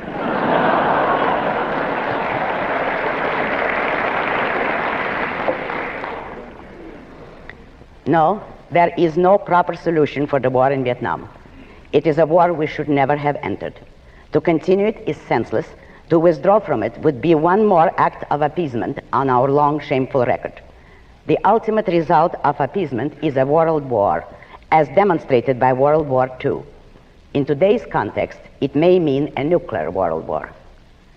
That we let ourselves be trapped into a situation of that kind is the consequence of 50 years of a suicidal foreign policy. One cannot correct a consequence without correcting its cause. If such disasters could be solved pragmatically, that is out of context, on the spur and range of the moment, a nation would not need any foreign policy. And this is an example of why we do need a policy based on long-range principles, that is, an ideology. But a revision of our foreign policy from its basic premises on up is what today's anti-ideologists dare not contemplate. The worse its results, the louder our public leaders proclaim that our foreign policy is bipartisan. A proper solution would be to elect statesmen, if such appeared, with a radically different foreign policy, a policy explicitly and proudly dedicated to the defense of America's rights and national self-interest, repudiating foreign aid and all forms of international self-immolation. On such a policy, we could withdraw from Vietnam at once, and the withdrawal would not be misunderstood, and the world would have a chance to achieve peace. But such statesmen do not exist at present. In today's conditions, the only alternative is to fight that war and win it as fast as possible, and thus gain time to develop new statesmen with a new foreign policy before the old one pushes us into another Cold War, just as the Cold War in Korea pushed us into Vietnam. The institution that enables our leaders to indulge in such recklessly irresponsible ventures is the military draft. The question of the draft is perhaps the most important single issue debated today, but the terms in which it is being debated are a sorry manifestation of our anti-ideological mainstream. Of all the statist violations of individual rights in a mixed economy, the military draft is the worst. It is an abrogation of rights. It negates man's fundamental right, the right to life, and establishes the fundamental principle of statism, that a man's life belongs to the state, and the state may claim it by compelling him to sacrifice it in battle. Once that principle is accepted, the rest is only a matter of time. If the state may force a man to risk death or hideous maiming and crippling in a war declared at the state's discretion, for a cause he may neither approve of nor even understand, if his consent is not required to send him into unspeakable martyrdom, then, in principle, all rights are negated in that state, and its government is not man's protector any longer. What else is there left to protect? The most immoral contradiction in the chaos of today's anti-ideological groups is that of the so-called conservatives, who posture as defenders of individual rights, particularly property rights, but uphold and advocate the draft. By what infernal evasion can they hope to justify the proposition that creatures who have no right to life have the right to a bank account?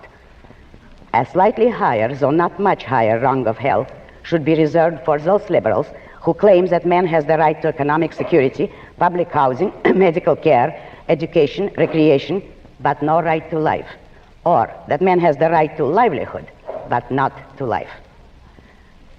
One of the notions used by all sides to justify the draft is that rights impose obligations. Obligations to whom and imposed by whom? Ideologically, that notion is worse than the evil it attempts to justify. It implies that rights are a gift from the state and that a man has to buy them by offering something, his life, in return. Logically, that notion is a contradiction.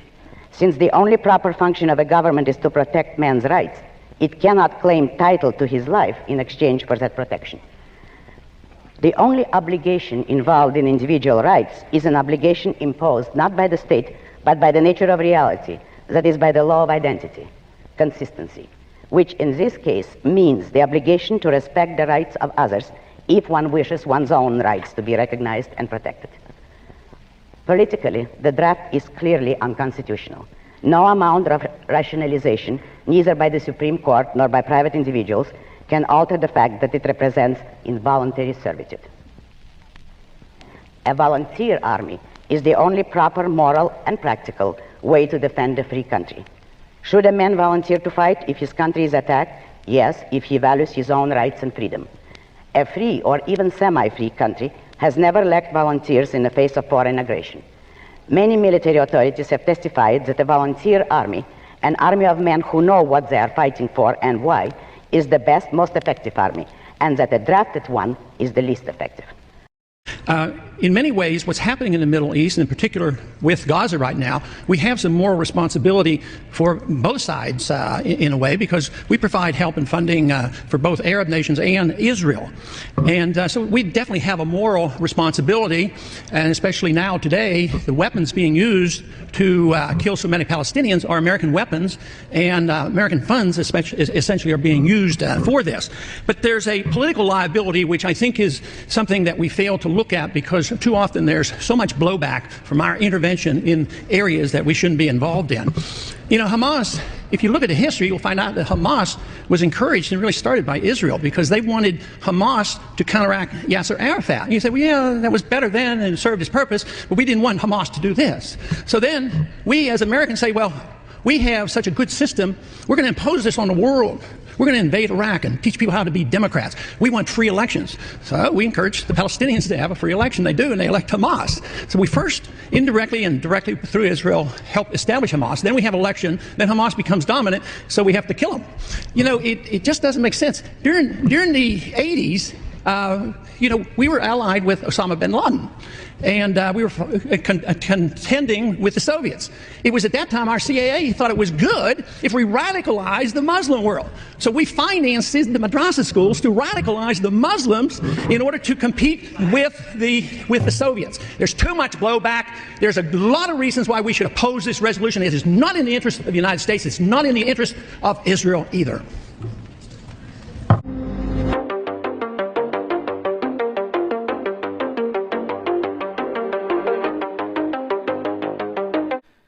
So Israeli Prime Minister Benjamin Netanyahu told President Biden in a phone call on Sunday that Israel had to launch a ground invasion into the besieged Gaza Strip and ruled out the idea of negotiations. This is based on an Axios report that was published on Monday. So this was a conversation Biden and Netanyahu had a few days ago. But I think it's important pointing out in the developments that we've seen since then, Netanyahu telling Biden, we got to go in, we're not going to negotiate.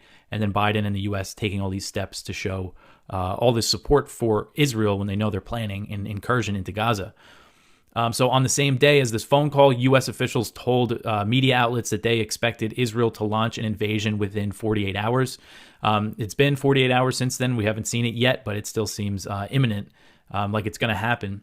The report said that President Biden did not press Netanyahu or try to convince him not to go through with the ground incursion, as the U.S. has shown no interest in calling for de-escalation. It's a common theme when it comes to the conflicts across the world. And it's always important to point out that Gaza is populated by about 2 million people, and half of them are children. So Israel has kept up relentless airstrikes in Gaza since Hamas launched its attack on Saturday.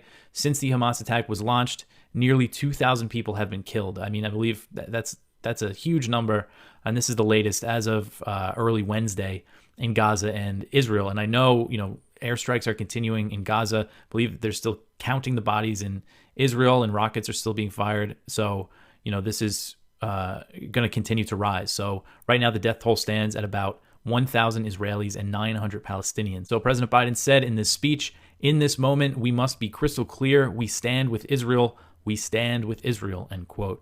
So the U.S. military has offered Israel assistance in extracting hostages that Hamas has taken into Gaza, Pentagon officials said on Tuesday. So according to Task and Purpose, the U.S. offer includes help planning the operation and intelligence support, not U.S. troops on the ground involved in the operation. So CNN first reported this offer, and they said that it would include surveillance and reconnaissance as well. President Biden did say in his speech that they offered them, intelligence and support and stuff. So it was confirmed. And Secretary of Defense Lloyd Austin made this offer to his Israeli counterpart, Yoav Gallant, in a conversation over the weekend.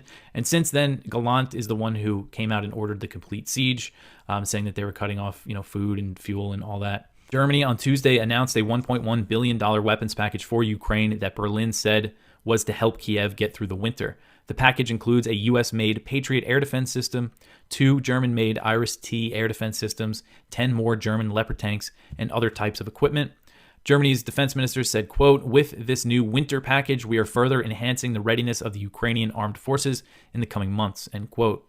So the provision of such a large arms package really shows that NATO is preparing to support this conflict into 2024. And we know in Washington, you have the White House and hawks in Congress are considering authorizing a giant Ukraine aid package, close to $100 billion to get through the 2024 election.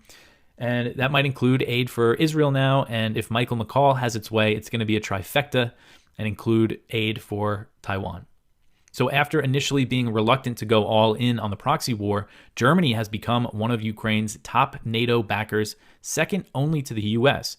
And I looked at the numbers according to this Kiel Institute, which is based in Kiel, Germany.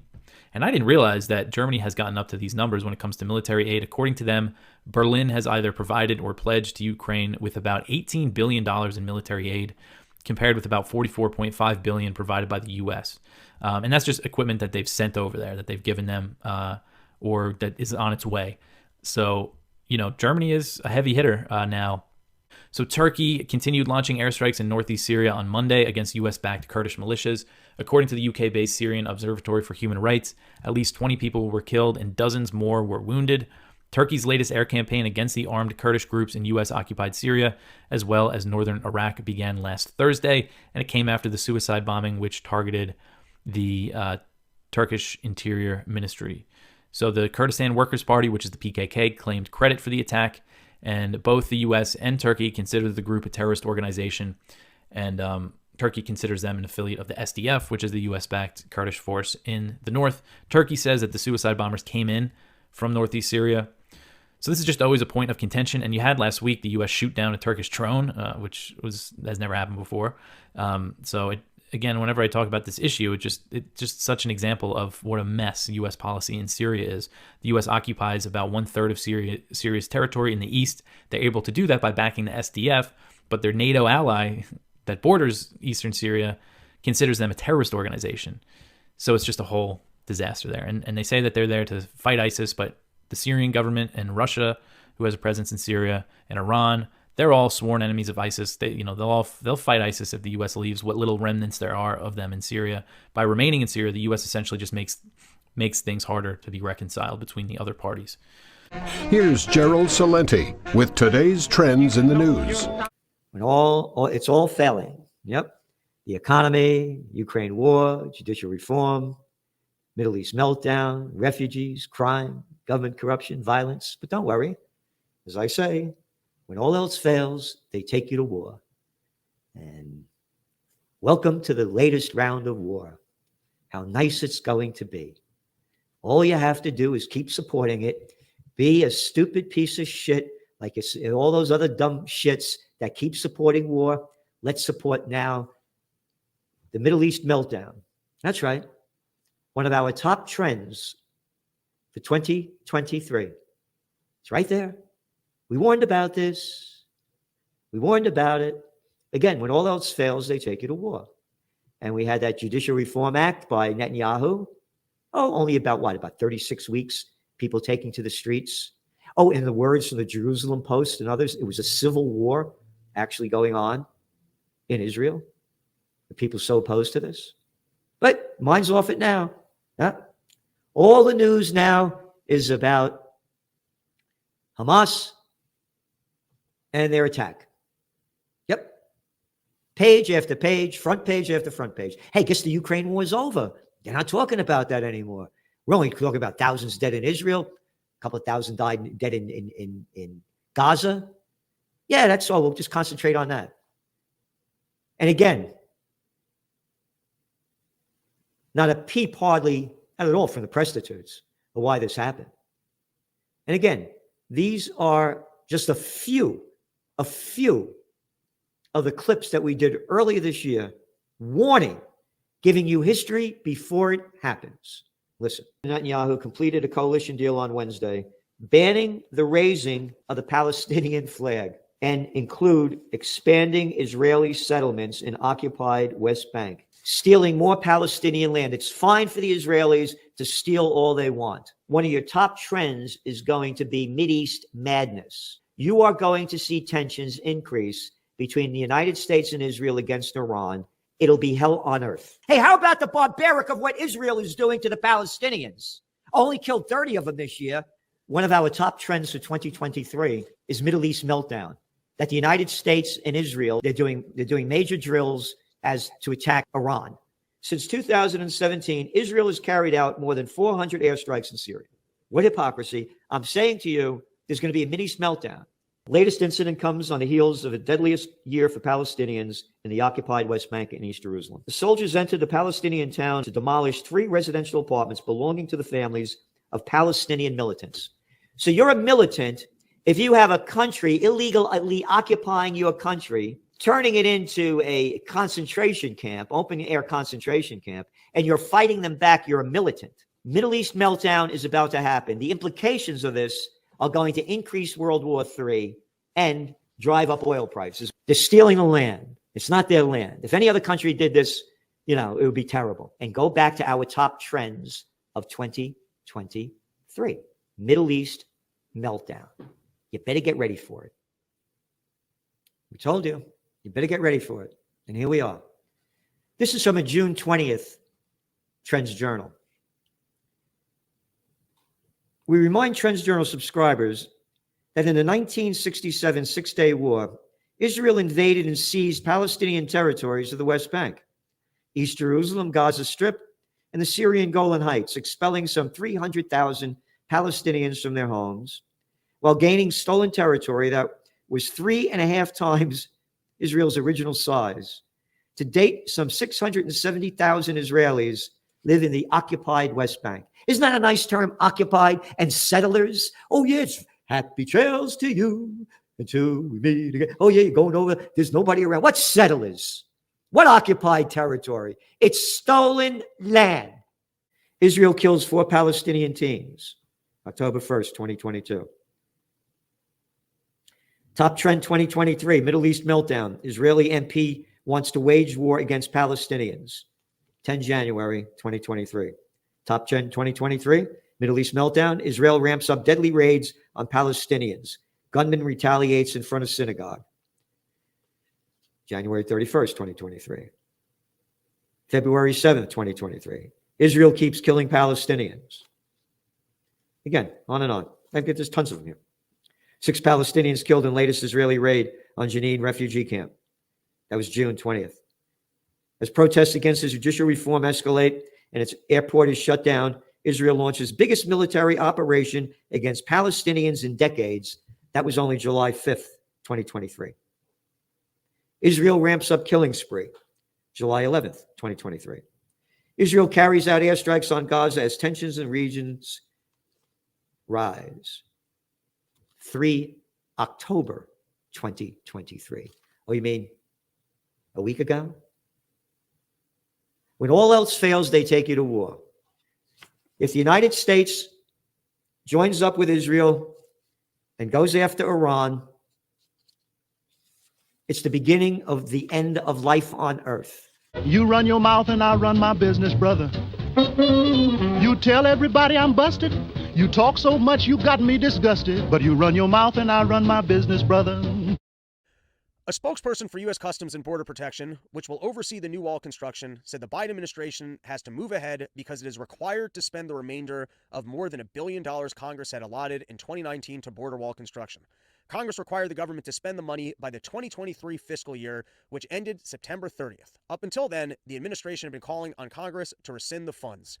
And this might be the most government move of all time, is that sometimes, I guess if you work in government, you just have to spend the money.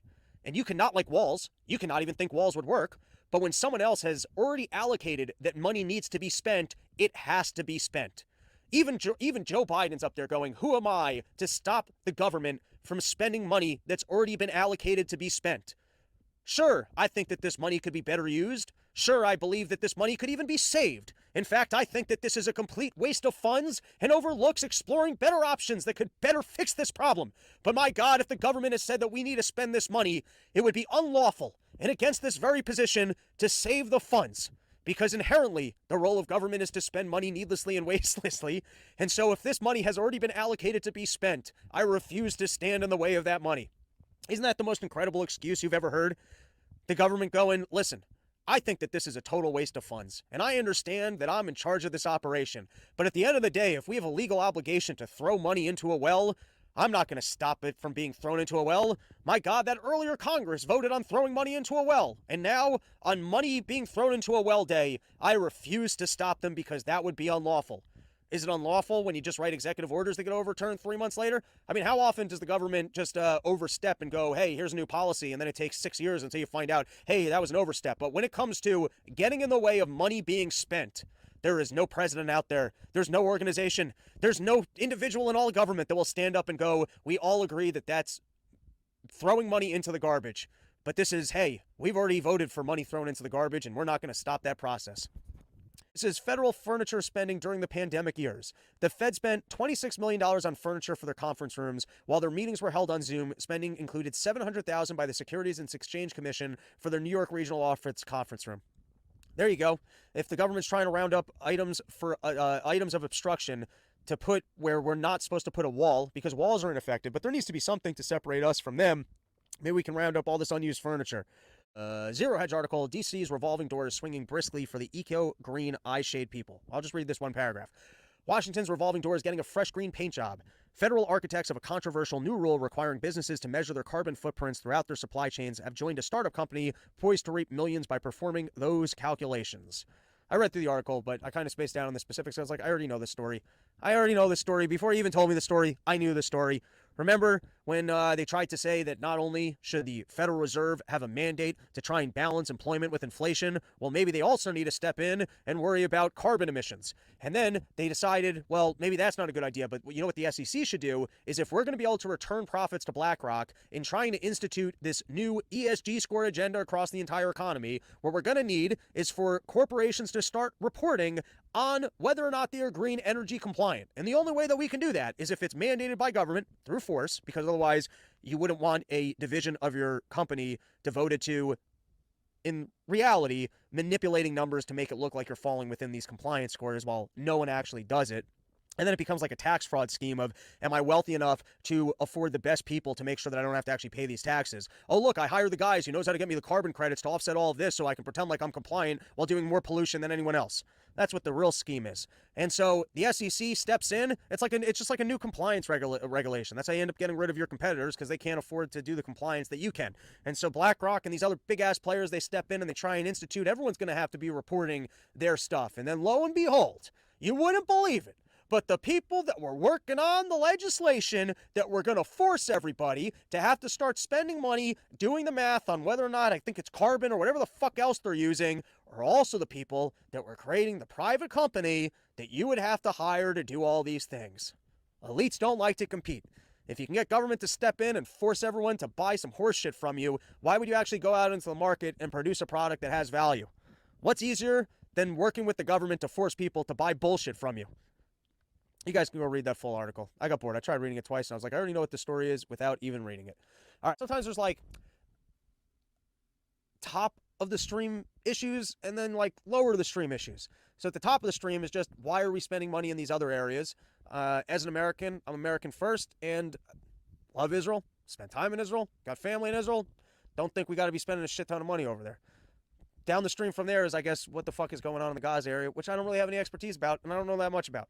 And then, of course, I can go on and on like everyone else. Oh, I feel bad for these people, but I also feel bad for these people. And can't we all get along? And platitudes and gratitudes. And sure, I feel even worse than everyone else that these bad things are happening to people. And I believe that we all could get whatever, I'm tired at this point. And so we can do that in the next episode, where I can showcase all of my amazing compassion for the people on both sides who, just, why don't we both come here and build a border wall together so that we can keep our Mexicans out. How's that a solution to the problem? Palestinians need jobs.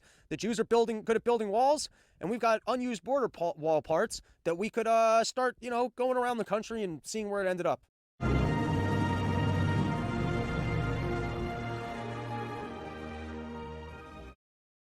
Is going on in Israel and Gaza, as you understand it, as we speak?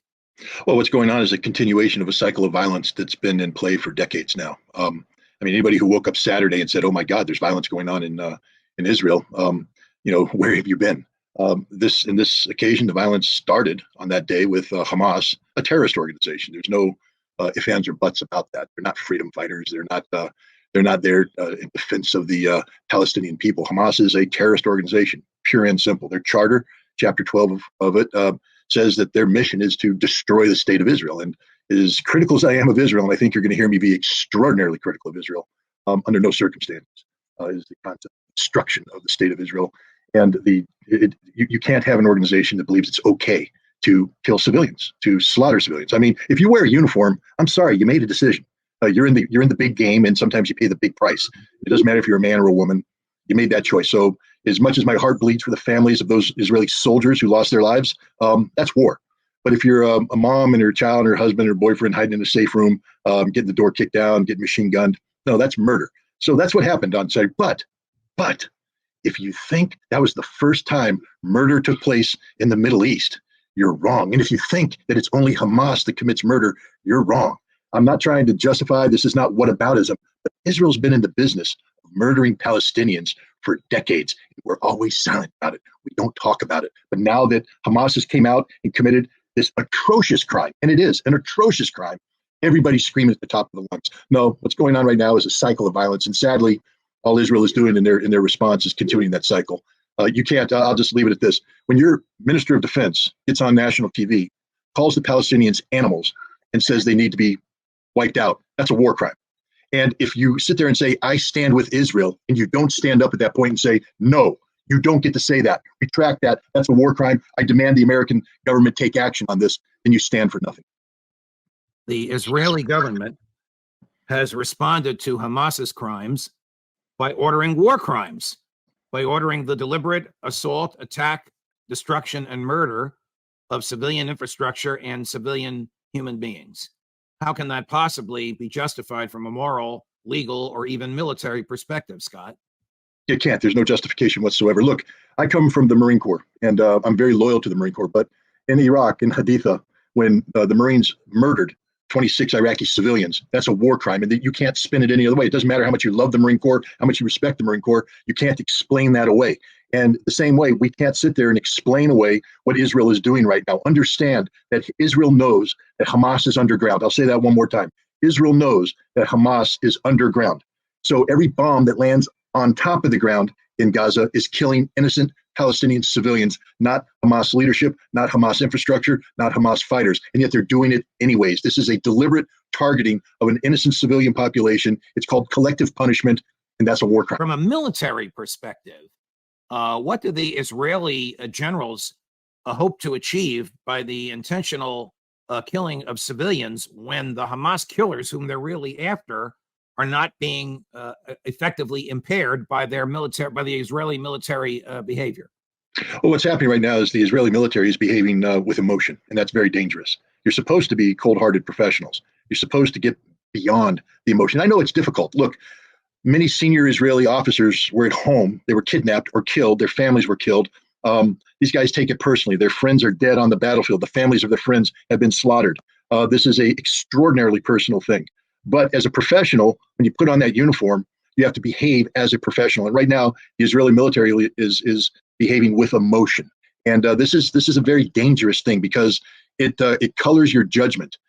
Israel is supposed to be a nation that has educated its officers. And I know this for a fact. I know many Israeli officers, and I know that they've received training similar to the training I received that is intolerant of war crimes. And yet we've seen over and over and over again where Israel commits war crimes, and the people committing these war crimes are the IDF, the Israeli Defense Forces, despite their training. And the reason why is they get emotional. They go out on patrol in the West Bank. 10-year-old kids throw rocks at them. They capture the kids and they snap their arms. They snap their legs. If it gets too close, a sniper shoots them in the belly and then laughs as ambulance drivers drive up and they shoot the ambulance drivers because they allowed emotions to take over. No, you're supposed to be professional. Are there American special forces or Navy SEALs on the ground in Israel, in Egypt, in Gaza, wherever they might be, ready to pounce? No. First of all, Israel doesn't need them and Israel doesn't want them. Gaza is an Israeli problem. If they go into Gaza, they have Sariyat Matkal, they have Flotilla 13, they have Yaman, they have a whole bunch of units that specialize in this, doing it the Israeli way on Israeli soil in defense of Israeli citizens. The last thing.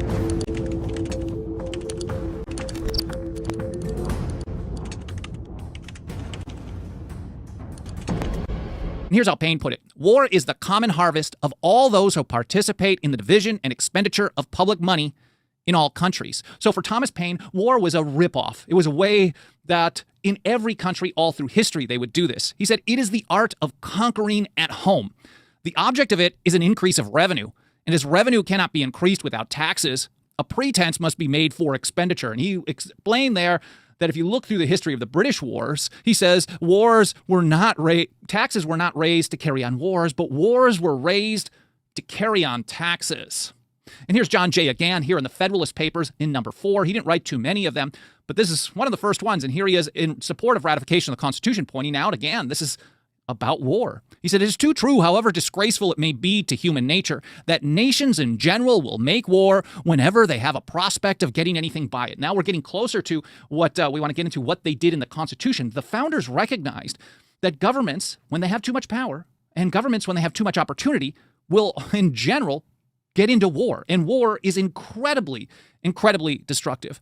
Here is James Monroe in the Virginia Ratifying Convention. He said, the causes of half the wars that have thinned the ranks of mankind and depopulated nations are caprice, folly, and ambition. These belong to the higher orders of governments, where the passions of one or of a few individuals direct the rest of the community. So he's basically saying that, the people in power, the people with something to gain, they will drive countries to war. Now, there are popular wars as well, where the people themselves drive government to it, but it's generally, I think in my experience or my reading of history, it's the other way around. But people fall for it because they're afraid. And James Madison, of course, had written to Thomas Jefferson in the run-up to the Alien and Sedition Acts in a war fever time in 1798, that he said that perhaps it is a universal truth that the loss of liberty at home is to be charged against provisions against danger, charged to provisions against danger, real or pretended, from abroad. So people with power will always use fear of invasion, fear of danger from foreign entities, foreign nations, as a way to consolidate their power and, of course, to destroy liberty. And here's Madison again, and one that I cite all the time. Political Observations, April 20th, 1795.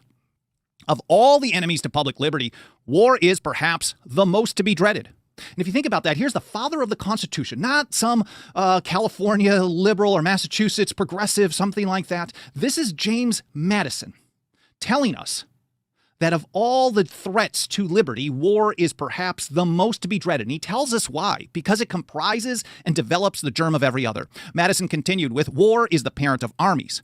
From these proceed debts and taxes, and armies and debts and taxes are the known instruments for putting the many under the domination of the few. One more time from Thomas Paine. He said, not all the treasures of the world, so far as I believe, could have induced me to support an offensive war, for I think it murder. So the founders were okay with, they weren't pacifists, obviously. John Jay was no pacifist. Neither was Benjamin Franklin, who also wrote just days after helping negotiate that Treaty of Paris. He said there never was a good war or a bad peace. He wasn't a pacifist, but he recognized that even when you were fighting a just war, a defensive war, it was a horrible thing. This is not something to be celebrated or looked towards as a goal. This is something to be rejected. It should be slowed down. You should never, ever get into an offensive war, according to Paine. It's murder.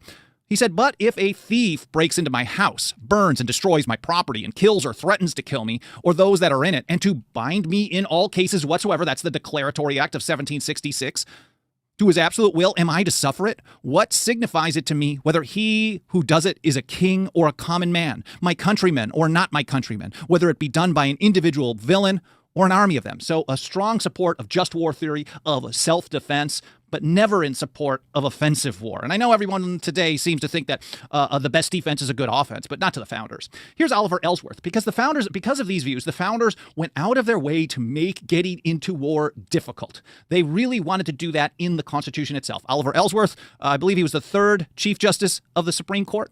He put it this way in the Philadelphia Convention when they were debating declare versus make war as the text of the Constitution. He said it should be more easy to get out of war than into it. George Mason, right after that, said he was for clogging rather than facilitating war, but for facilitating peace. If you talk about peace or being against war today, a lot of people on the right call you some kind of a hippie, some kind of a progressive, a commie, a socialist. But Thomas Jefferson, in his first inaugural address, used the word peace at least 7 times. We should be supportive of peace. James Wilson, in his July 4th, 1788 oration, he said, let us begin with peace. This should be our mindset. Start with peace, because that's how you get more prosperity. If you want to get rich and powerful, you start with peace, not the other way around. So George Mason was also in support. So you have the Federalist Ellsworth and you have the Anti-Federalist Mason, both saying we got to make it slow to get into war. We want to slow this down. We want to clog it, as Mason put it, and facilitate peace. Yeah, the founders were not fans of war. They were not out looking for war. They were actually going out of their way to make sure that, well, these United States of America would be in a place of peace, because they wanted to be rich and strong and powerful and free. And you don't get freedom, as you can see what Madison had to say.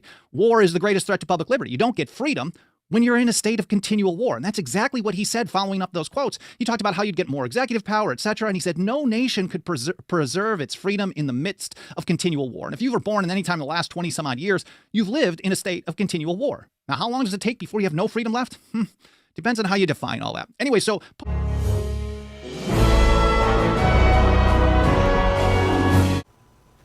my read right now is that everybody is waiting to see what Israel's next move actually is, if they're going to go ahead with the ground invasion of Gaza.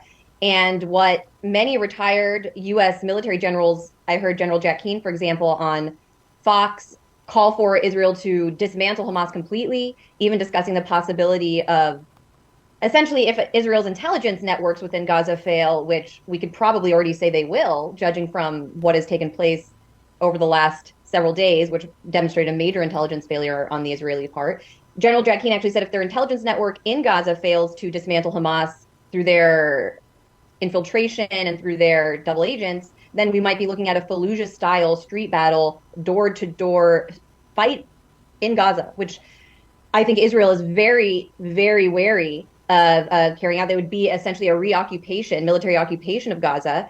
And this is something that the Israelis have discussed as an option for years, but never moved forward with because the Israelis would take a serious toll. And that's if you're just talking about the Palestinian resistance in Gaza. Hezbollah has already said in Lebanon that they have effectively are a part of the war. Not that they have entered the war, that they will enter the war, but they are a part of the war. They are there alongside Hamas. If this escalates to a point where Hamas needs more assistance, I do believe Hezbollah will become engaged. And honestly, based on my conversations with people throughout the region for years, all throughout Africa and the Middle East, people that I talked to, there is a sense in many ways that Israel has been pushing toward this regional confrontation, which may include Hezbollah, or which will ultimately include Hezbollah and other actors in the region for years, and that it was an inevitability. The question is just whether or not this is the big war. Yeah, I mean, I think it's a question of timing, too, whether this is the big thing with Hezbollah kicking it off. And I was listening to one of the spaces a couple of days ago, I think, and they were saying, well, Hezbollah missed their opportunity. They should have done it right. Well, the Hamas attack was taking place and the Israeli army were completely discombobulated and disoriented. A friend of someone that I know who has a long military career, he had a little bit different of a perspective, and I think it's similar to what you were saying, which is they may well wait until the Israeli military is bogged down in Gaza. As you say, with urban warfare, the Israelis are very risk averse. They're like Americans. They don't like to see their soldiers die. And putting 100,000 Israeli troops inside of an urban warfare situation is going to cause a lot of problems. And this individual that I spoke with said that may be the time that they decide to do it. Well, then maybe they split the difference, because if what we're seeing right now, and we haven't been able to verify very much, if that is Hezbollah going in big, well, we know that Israel has amassed its troops outside of Gaza and is ready to go in. It also might be an opportune moment for them to do this to distract them from going in or to cause them to split their forces. I don't know, what do you make of the timing?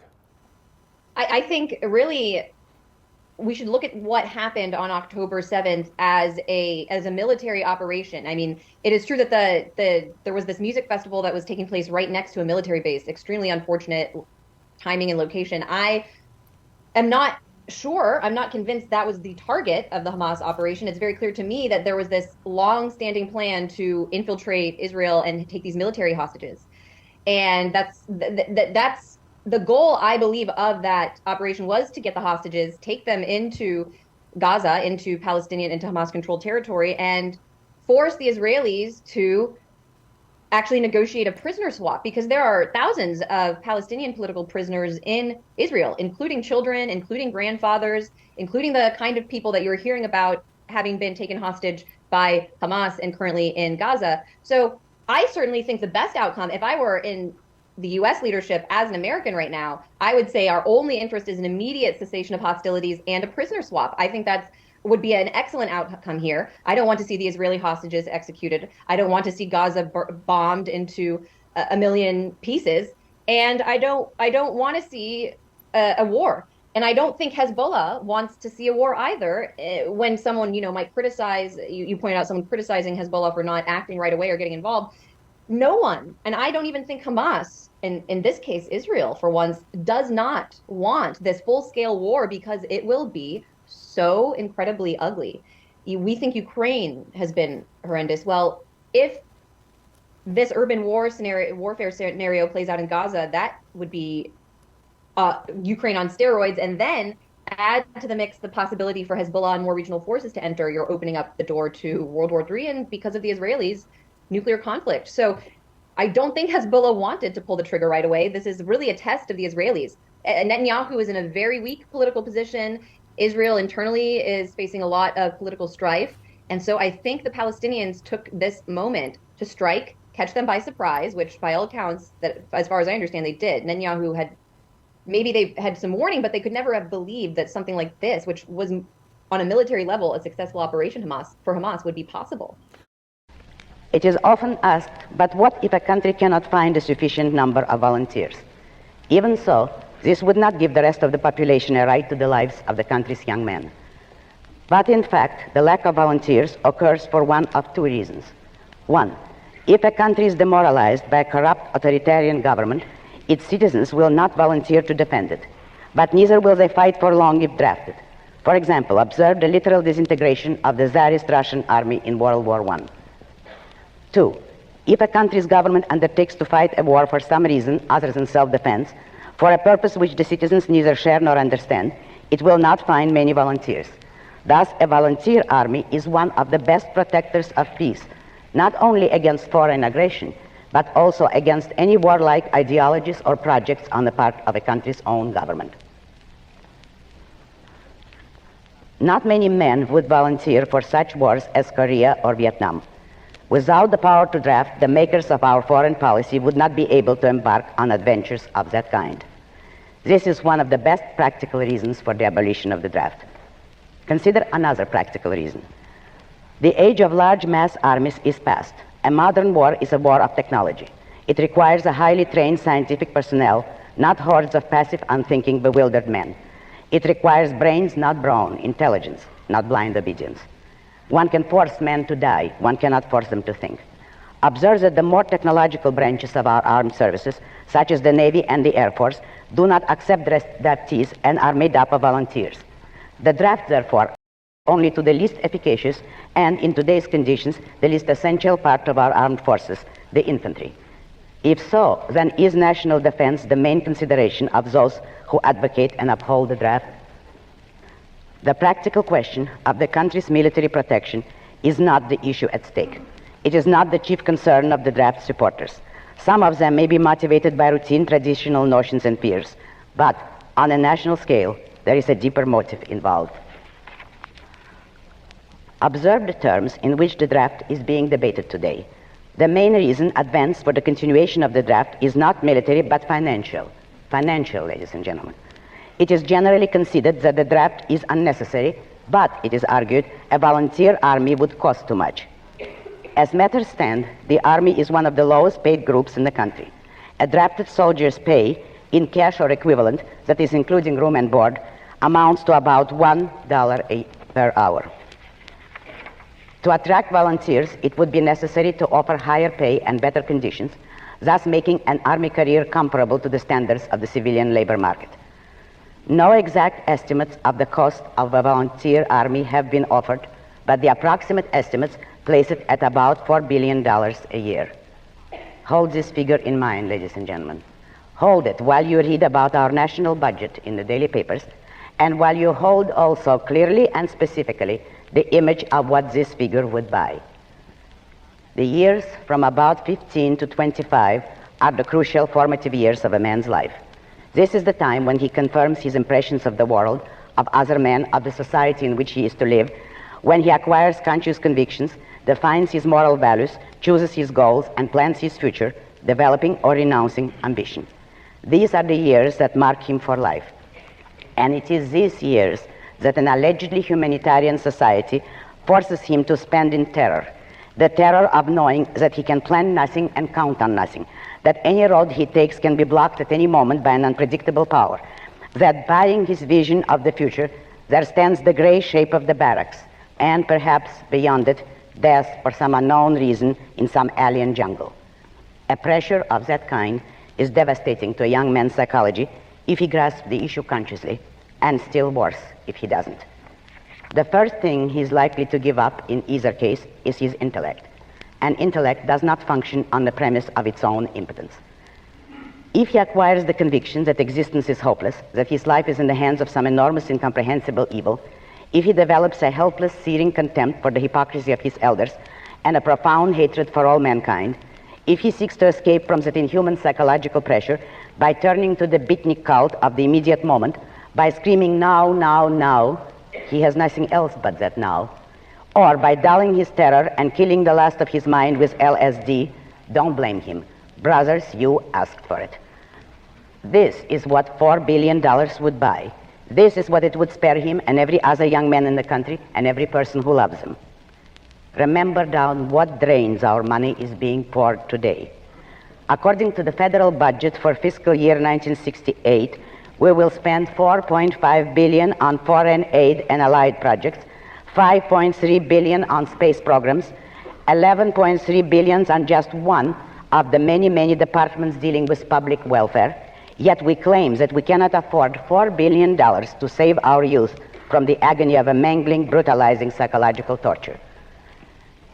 But of course, the real motive behind that social crime is not financial. The issue of cost is merely a rationalization. The real motive may be detected in the following statement made by Lieutenant General Louis B. Hershey, Director of the Selective Service System, on June 24, 1966. Quote, "I am not concerned with the uncertainty involved in keeping our citizenry believing that they owe something to their country. There are too many people that think individualism has to be completely recognized, even if the group rights go to the devil." Close quote. The same motive was made fully clear in a proposal which was advanced by Secretary of Defense Robert S. McNamara and is now being plugged with growing insistence by the press. On May 18, 1966, Mr. McNamara said the following, quote, "As matters stand, our present selective system draws on only a minority of eligible young men. That is an inequity. It seems to me that we could move toward remedying that inequity by asking every young person in the United States to give 2 years of service to his country, whether in one of the military services, in the Peace Corps, or in some other volunteer developmental work at home or abroad." Close quote. Developmental work devoted to whose development?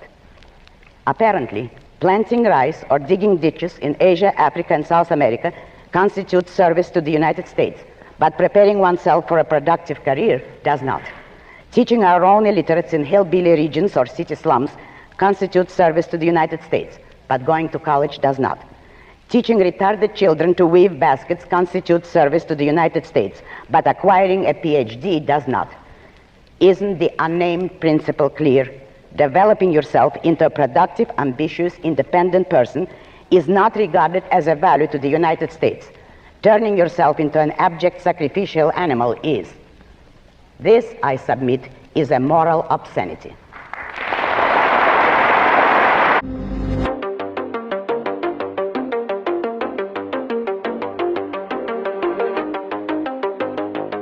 So the White House has conveyed to members of Congress that it will request an emergency supplemental funding package that will include military aid for Israel, Ukraine, and Taiwan, as well as additional funding for border security. This was reported by NBC News on Wednesday. So Biden administration officials said that the request will also include funds to manufacture weapons to replace what is being sent overseas. As we know, the U.S. has been sending a lot of stuff to Ukraine. The biggest shortage that they're dealing with is the 155 millimeter artillery shells, but there's other things as well, I'm sure, that they're running low on. So this is just, such a boon for the defense industry in the U.S., for the weapons makers. Now they're going to be sending a lot of stuff to Israel, as well as, Taiwan will probably be the least amount of money that they request, but still they're really trying to arm Taiwan to the teeth. So we don't know what the number is going to be, what the size of this spending package that the Biden administration is going to request. Biden previously asked for an additional $24 billion to fund the war in Ukraine, but that was never approved by Congress. There was that report recently from The Telegraph that said the Biden administration has been discussing the idea of a full year spending package for Ukraine to get through the 2024 elections, because they're worried the opposition is going to grow. And that could be as large as $100 billion. And this is an idea that is popular among hawks in the Senate as well. So we'll see what the number is. When it comes to Israel, I really have no idea. I mean, I remember after the 2021 Gaza bombing campaign, the last real major flare-up in Gaza, the U.S. gave Israel an extra $1 billion for that. And this is already much, much, much bigger than that. So we might see, I don't know, them spend a few billion on this on top of the $3.8 billion that Israel gets every year.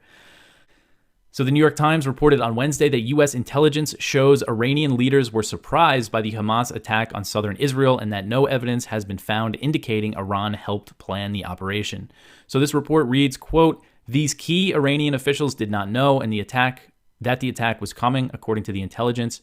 The United States, Israel, and key regional allies have not found evidence that Iran directly helped plan the attack, according to the U.S. officials and another official in the Middle East," end quote. So this is interesting. It said that Morgan Muir, who's a deputy director of national intelligence, he told Congress in a briefing on Tuesday that there was no direct link between Iran and Hamas. Between Iran and the Hamas attack. He said that U.S. intelligence agencies had evidence contradicting assertions that Iran had helped plan the attack. And this came after that report from the Wall Street Journal on Sunday that claimed Iran helped plan the operation and gave Hamas the green light for the attack during a meeting in Beirut last week. But the Times report said that the U.S. and its allies track and monitor meetings between Quds Force leaders, the Iranian IRGC. The Quds Force is a branch of the IRGC. And it says that they track meetings between them and their proxies and allies, including Hamas, and that officials say there's no evidence that those meetings were used to plan the attack in Israel. So it seems like that Wall Street Journal report was just a total fake. Right after it was published as well, the Israeli military said that it had no evidence that Iran was involved. And both the U.S. officials speaking to the Times and the Israeli officials left open the possibility that Iran was responsible. And, there's always a chance that they do, they say that maybe they didn't find the evidence yet. What's interesting here is that, if they wanted to escalate things with Iran, they could just blame them. They accuse Iran of all sorts of things. But the fact that they're not doing that, I think, is a sign that they don't want to escalate this thing into a war with Iran. Articles from Kyle at the Libertarian Institute. Zelensky sent a request to Tel Aviv to coordinate a trip to Israel in a show of support. The White House is trying to unify the wars in Israel and Ukraine by pushing a spending bill, as I covered, that covers both of them, as well as Taiwan. So on Wednesday, Axios spoke with Israeli and Ukrainian officials who confirmed Zelensky's request to go visit Israel. So it's not clear yet if he's going to make the visit, but he wants to go show support. And Zelensky has given Israel a hard time for not giving them weapons that they wanted. Israel stayed relatively neutral. They gave them some support. I think they sold them or, second-handedly gave them some sort of electronic warfare system, like drone jamming system. But as far as I know, I don't think they've really sent them any weapons. The U.S. has sent artillery shells that they have a stockpile of in Israel to Ukraine.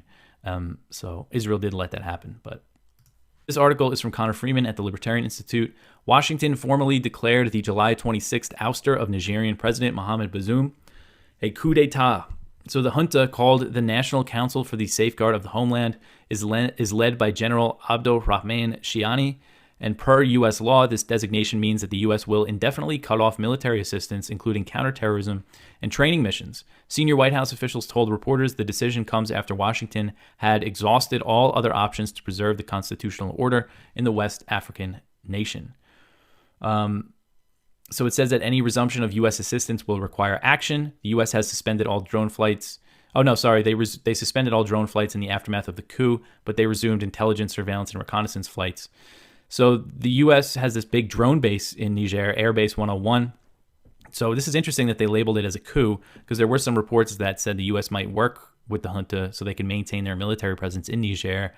And there's also reports that said they might issue a waiver. If they do issue the formal coup declaration, they might issue a waiver so they could still keep giving them military assistance. So we'll see what this means if this leads to the U.S. leaving Niger, or if they figure out a way that they can stay. Here's Gerald Salenti with today's trends in the news. Israel has moved to the head of the line, figuratively and literally.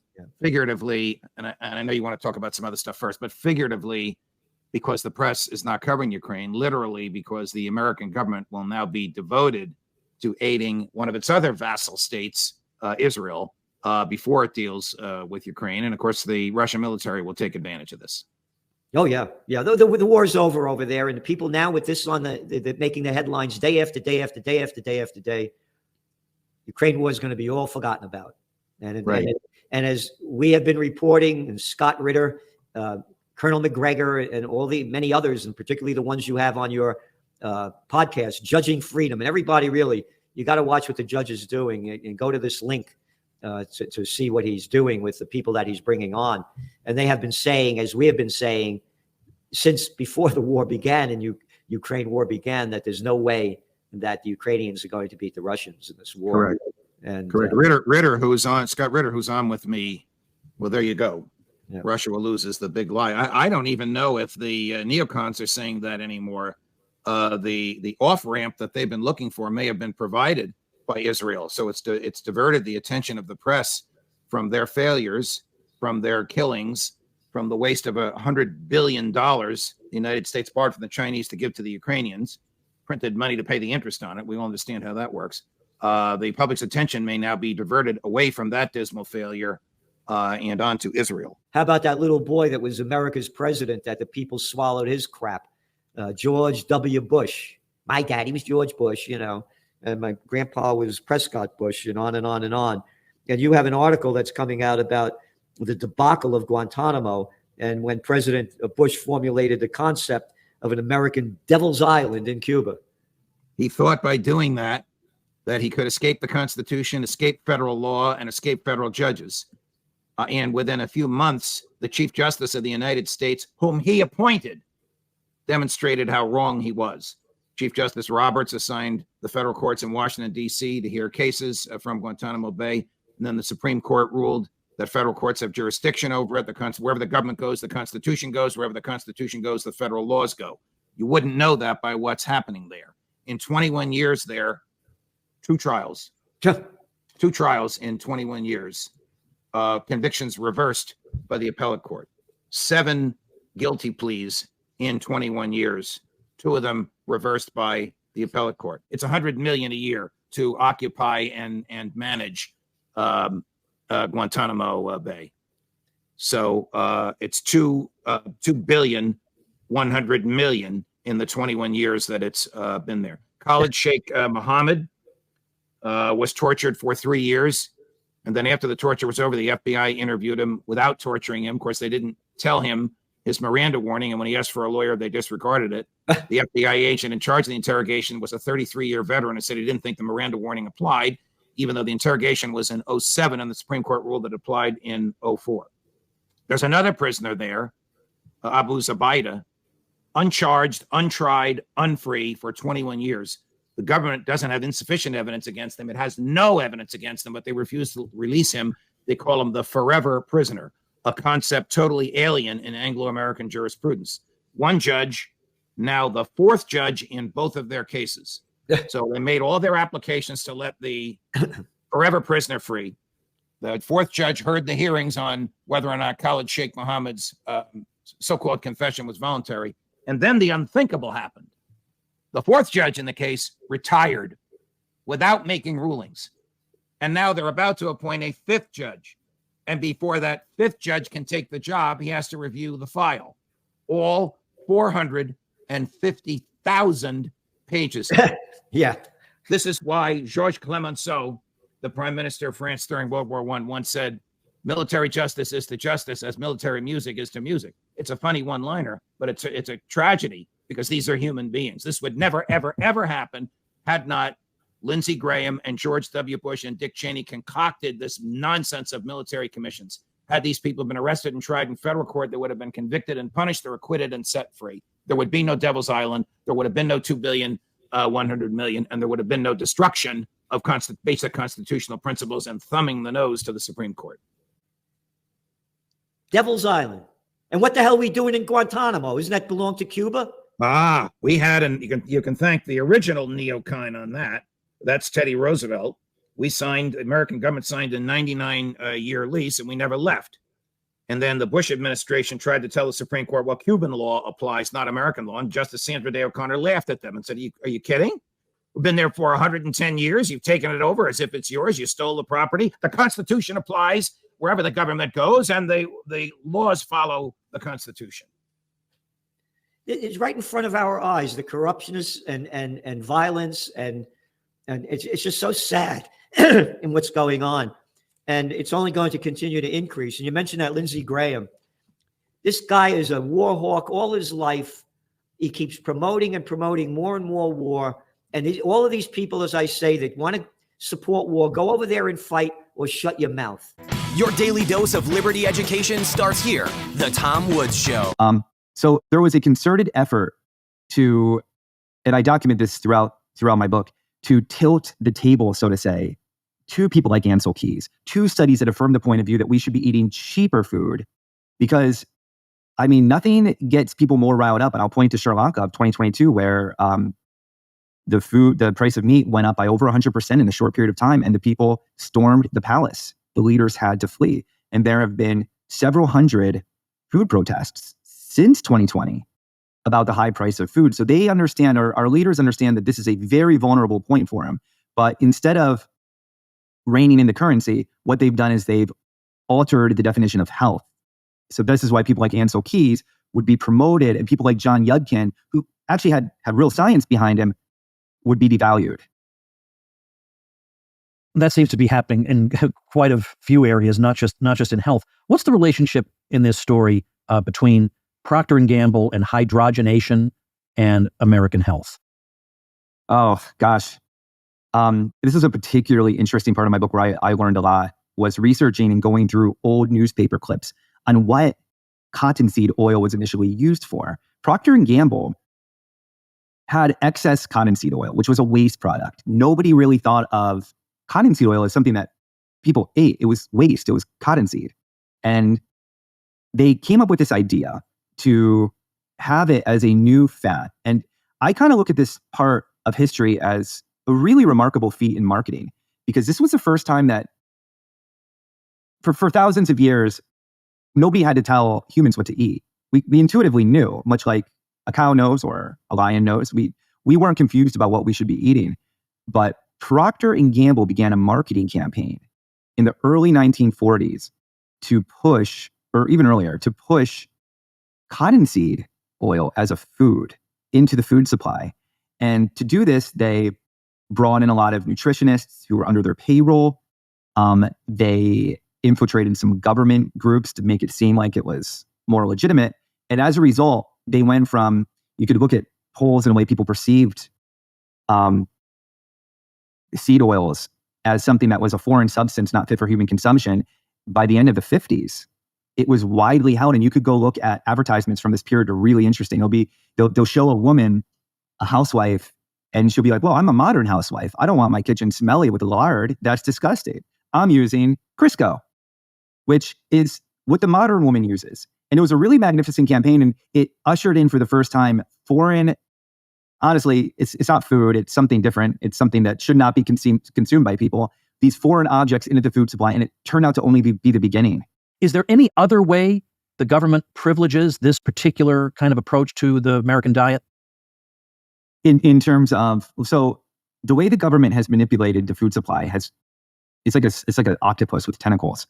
So one of the ways is just directly giving subsidies to the corn industry, which has gotten trillions of dollars in subsidies to sugar and to soy.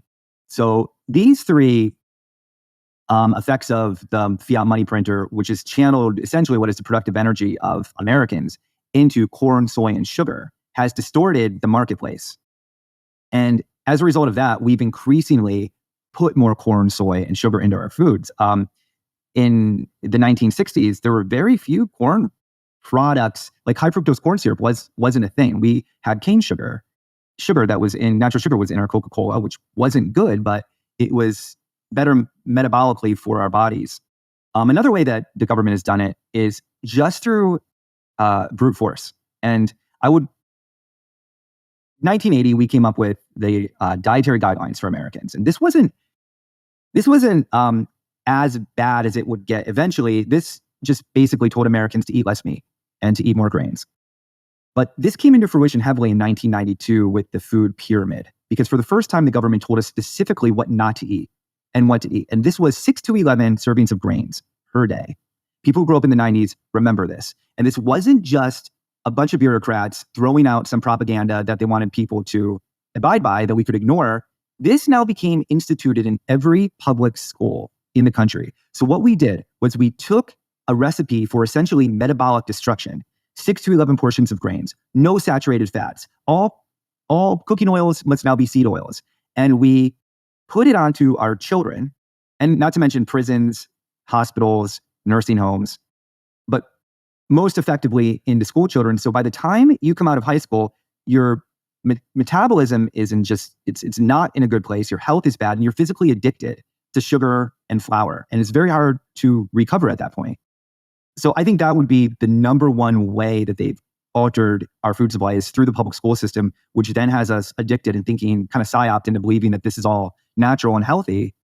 And you come out of high school and you come out of the public school system, and now you're compromised. And not only are you you're sick physically, but you're sick mentally. You're not as able to discern, and your critical thinking skills erode from these waste products that have been put into us in lack of nutrition for decades.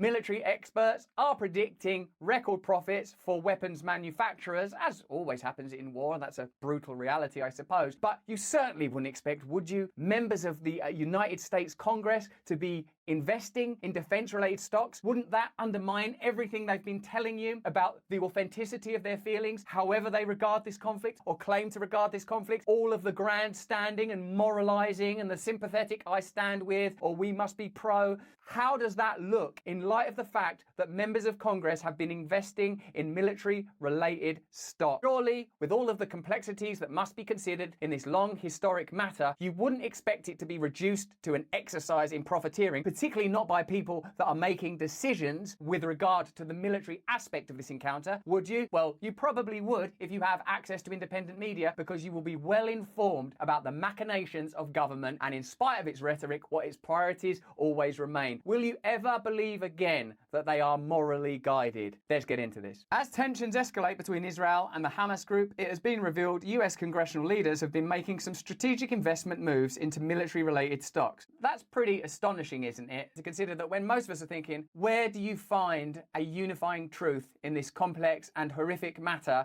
that there are people in Congress paid for by you, elected to serve you, that are right now going, this might be a good time to invest in Lockheed Martin. I think we're going to be selling a lot of missiles. For starters, defense company General Dynamics has witnessed a surge in purchases. This isn't entirely unexpected. Defense stocks often become attractive during times of geopolitical tension. And whilst that might be plain common sense, it's also an indicator that there are systemic problems that might need to be addressed. If foreign policy crises and military crises are able to be exploited not just by the weapons industry, which is bad enough, but also by politicians and Congress people, that might be something that needs to be examined. If health crises are beneficial to pharmaceutical companies, if energy crises are beneficial to energy companies, all the while punitive to ordinary people all around the world, isn't that an opportunity for systemic analysis? However, what's even more intriguing is the sectoral split between Republicans and Democrats. A substantial number of Republicans have shown a keen interest in the energy sector. Heavyweights like ExxonMobil, Devon Energy and Chevron are clearly the favourites. On the other side of the aisle, Democrats seem to be playing the long game, focusing on the cybersecurity sector with acquisitions in firms like Fortinet, according to insights by @UnusualWales on X.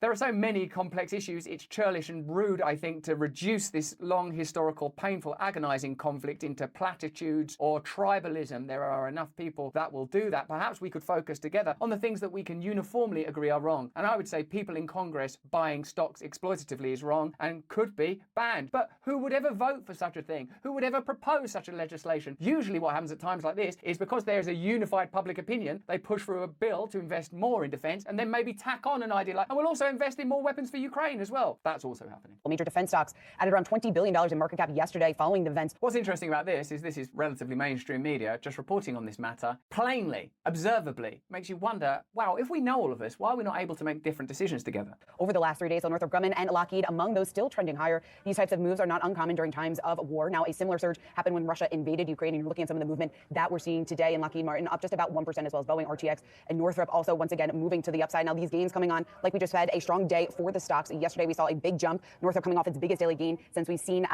since 2020. The truth is, if it's someone's job to make those kind of investments, I imagine they would make those kind of investments. But similarly true is if it's your job to run America, to represent the people of America, and you are also making those kind of investments, I would say that's an indication that your moral character is perhaps not appropriate for government. But the thought process is just in terms of the amount of spending, what's going to be allocated towards some of these defense companies, given the conflict and the risk that this war could widen over in the Middle East. That's why we're seeing the reaction play out in shares today. Yeah, and from a technical perspective, too, it'd be interesting to look at this for anyone who's trying to figure out if some of the spikes that take place after there are international conflicts or events of international conflict. How can you have people involved in making decisions about American military expenditure similarly investing in companies that will benefit from American military expenditure? That is one of the areas of corruption that I think we can all agree on ought be addressed. It's the kind of bias that will lead to escalation in any conflict, not even specifically this one, because it remains profitable. This This has to be extracted. This problem has to be closed down. Firstly and foremostly, it should be illegal to trade in stocks and shares in industries that you regulate or in any matter in which you possibly have influence. That's just common sense, isn't it? Then perhaps it will be easier to have conversations around solutions and peace. Complex though those conversations remain in the geopolitical climate that we are currently in, whether that's the Russia-Ukraine conflict or this current escalating situation in the Middle East. How can we have a good faith, open conversation at the level of media or the level of politics when plainly a significant factor is the opportunity to exploit these situations for weaponry profit and energy profit? Wouldn't it be good to at least remove that so there was one less complex component that exacerbated this already dreadful situation? Welcome to Liberty Lockdown. Please scan your barcode. Your liberty ain't gone, but yeah, it's on hold. Like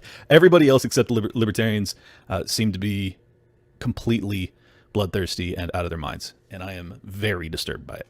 So let me start by breaking down a thread that I did on the 40 baby story. I don't know if I can say it without getting in trouble, but it was alleged that 40 babies were killed in a really graphic and horrific way by Hamas. And I've recapped how this story has played out so that you guys can decide for yourselves if you think it legitimate. So the initial 40 baby report was walked back. The reporter that initially had reported had seen no images at all. She, it also came out, there was additional reporting that came out that said that the reporter and the news agency that she worked for was tied to Netanyahu's office. Her reports were based on IDF accounts, and the IDF refused to confirm when other news agencies reached out to them. They refused to confirm her reports or the reports that there was these babies. Then, today, CNN comes out and they confirm this story. But then in their coverage of it, they explain they have seen no images. It is entirely based off of messaging that they've received from Netanyahu's communications office. So basically off of Netanyahu's word. And then Joe Biden comes out tonight and he, in my opinion, launders that story. He says that he has seen the images. He has actually personally seen them. Then the White House puts out another memo walking back his own statements saying that they had not seen these images and that it was entirely based off of Netanyahu's communications department once again. So you have the initial report of the news lady. She walks it back. There's connections between her and the news agency she works for with Netanyahu's office. Then CNN confirms it based off of Netanyahu's office. And then Joe Biden confirms it. And then it is walked back stating that the only reason he said that was because he had heard it from Netanyahu's office. So I'll tell you what I think. But now that I've said all of that, I hope you're following with me and you're also asking important questions like, does this sound real at all? Does it sound real to you at all? And as I always have to give this disclaimer, I don't know why I have to give this disclaimer, but I am not a Hamas supporter by any stretch of the imagination. And they have committed enough terrible acts over the past week, acts of egregious, just horrific terrorism, just the worst things imaginable. But I don't believe this particular story. And the reason I don't believe it is because there's no confirmation. And if you've been spending as much time online trying to figure out what the hell's going on as I have over the past 5 days since this began, you have seen, along with me, some truly horrific footage of the carnage left in Hamas's wake. And I don't deny any of that.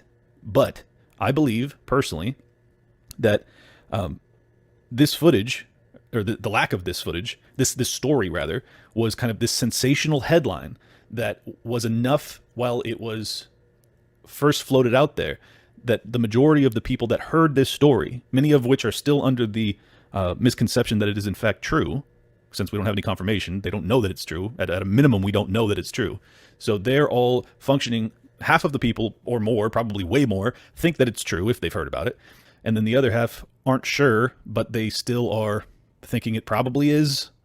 I mean, and there's maybe like 2% of the world, it seems like, that is actually saying like, that isn't also just some Hamas sympathizer that is also saying to themselves like, I don't think this story's true. I think that this story was put up there because it's extraordinarily sensational, it's horrific, and anyone with a conscience is going to go, oh my God, whoever did this needs to pay an enormous price. People are so just wrapped up in vengeance that they're willing to say over and over and over again that, well, Hamas shouldn't have done it. they targeted kids intentionally, so any of the kids killed by Israel's response is on Hamas. I'm sorry, that's not how it works. Whoever is responsible for taking the life of those kids is responsible for taking the life of those kids. That should be fairly straightforward. Oh, they're human shields, Clint. Guys, it's an open-air prison. There is 2 entrances. One goes into Egypt, the other goes into Israel. You're not allowed to leave. It's a prison. If you go into the water, if you go into the sea there, Israel also will blow up your boat. You can't leave. These people can't leave. The Egyptians won't take them. None of these other Muslim nations around that area are willing to take in the Palestinians. Do I place some blame on those nations? Of course I do. Of course. But there are 2 million innocent people, half of which are children, that are being bombed into smithereens by the Israel, counteroffensive, if you want to put it in that, framing. And no one seems to care. No one seems to care at all. It blows my mind. It hasn't even gotten as bad as it's going to get, not even close, based off of what they're saying. So it looks like we're in the early stages of this, and we're already racking up a body count of innocent people. And I'm talking children. Children. I guess I'm just imploring, maybe not you if you're seeing this the same way I am, but anybody that's not seeing this the way I am, to just really reflect on it. Are you willing to, how many innocents are you willing to let die, or to be murdered, I should say, in order to, get retribution against Hamas? 10,000, 100,000, 1 million? Is there a limit? I hope.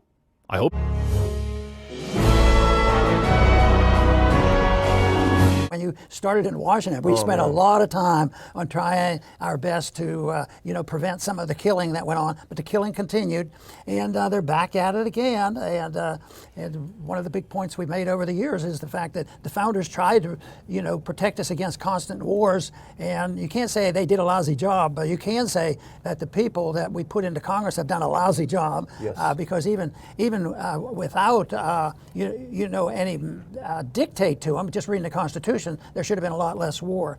But we're back at it again, trying to. But we've been doing this. The one thing in Ukraine, we've been trying to argue the case against that nonsense since the coup in 2014. But now the coup is spreading, and who knows? It's a mess now, tragically, and a lot of people are dying. But sorting out the truth about what's really going on, in Israel and Gaza, it's not going to be easy. You think, oh well, there's the report. There's so many of these people died. So many people here tonight. Tomorrow there will be more, and all this. So it really. Is more difficult when you get into almost any foreign policy, but when you get into war and a lot of killing, there's a lot of blaming going on. And one thing I sense, the frustration of what our government is facing, or the hawks are facing, is they're getting into 2 or 3 or 4 areas of the world that's getting to be hot. But the two right now is Ukraine, and of course, what they're going to do about in the Middle East. But this is they're all after money, and now so Zelensky is evidently a little worried, maybe because the war has not been won yet. Maybe some people didn't really want to win it, and he's not politicking. He's really great in politics. He came here. He's pretty bold to try to get more and more money. But now he calls up, and I think he invited himself to go meet with Netanyahu. Yeah. Got a problem though, Dr. Paul, because some Republicans are not interested in more money for Ukraine, but all Republicans are interested in more money for Israel. So what do? They're going to make a big, huge package. God knows how much is going to be in it. White House plans to request military aid for Israel, Ukraine, and Taiwan. We must be made of money, Dr. Paul. They're going to put the 3 of them together in a big bill. No Republican's going to vote against aid to Israel, especially considering what's happened this last week. I mean, we must be unbelievably rich. It must be that or unbelievably dumb. I'll tell you. But, delusions, are very contagious, and there's history throughout our history, so many delusional things that have gone on. One is the money issue per se, the whole idea that all you have to do is print money and have no restraints. That's a delusion. But also this stuff, the trust. It isn't just the American people that want to believe it and trust and all that, as long as they can get, maybe a bonus from the government and think it's helping out or something, they're going to be pleased. But the whole world is delusional on it. They're delusional about the foreign policy, and they're delusional that just like an American person here, if they're lobbying for welfare here, they go, oh, I feel better. I think I'm going to get a boost next month. Yeah. But what about these foreign countries? It's instantaneous, immediate desire to have it, and they have pretty serious beliefs that this is going to be a big deal and get the money and it's all going to work.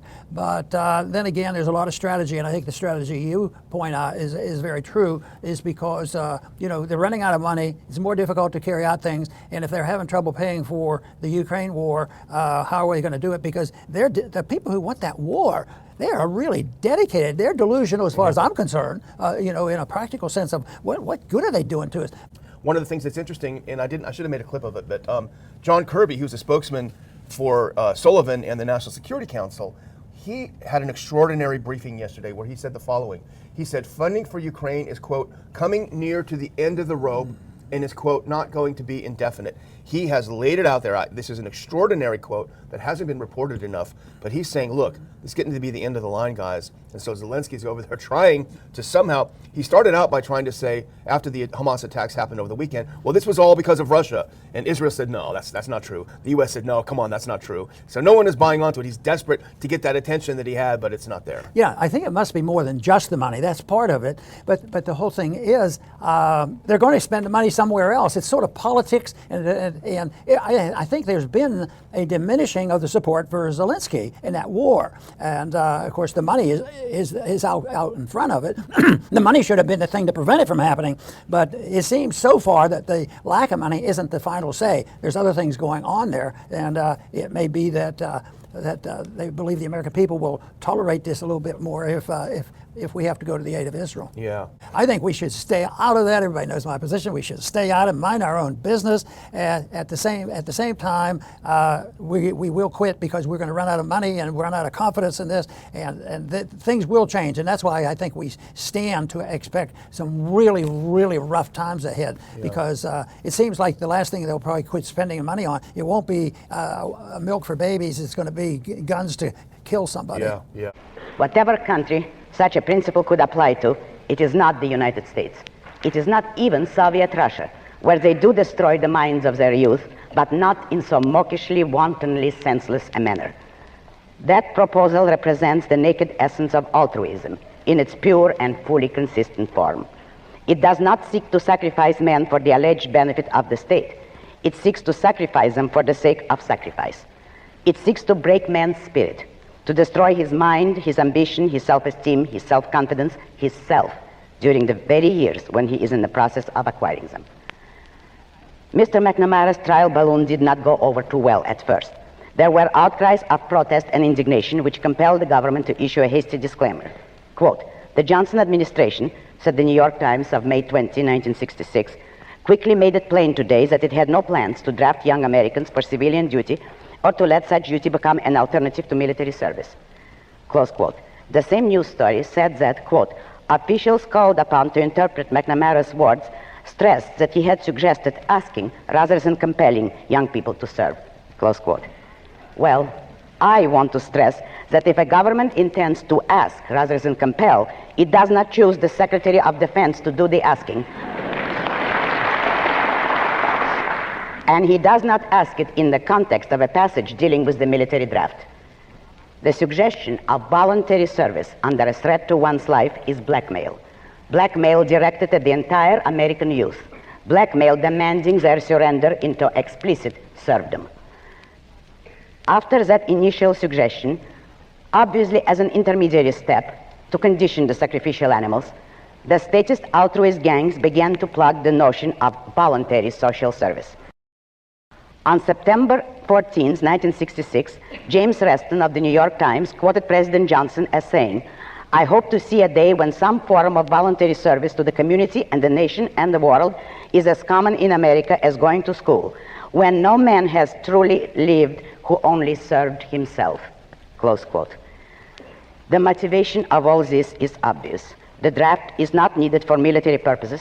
It is not needed for the protection of this country. But the statists are struggling not to relinquish the power it gave them and the unnamed principle and precedent it established. Above all, not to relinquish the principle that man's life belongs to the state. This is the real issue and the only issue, and there is no way to fight it or to achieve the abolition of the draft except by upholding the principle of man's right to his own life. There is no way to uphold that right without a full, consistent moral political ideology. But that is not the way the issue is now debated by the frantic anti-ideologists of all sides. It is the conservatives, the alleged defenders of freedom and capitalism, who should be opposing the draft. They are not. They are supporting it. Who brought the issue of the draft into public focus and debate, demanding its repeal? The extreme left, the Vietniks and Peaceniks. In line with the anti-ideological methods of all other groups, the Vietniks, whose sympathies are on the side of Russia, China, and North Vietnam, are screaming against the draft in the name of their individual rights. Individual rights, believe it or not. They are proclaiming their right to choose which war they'll fight in, while sympathizing with countries where the individual does not even have the right to choose and utter a thought of his own.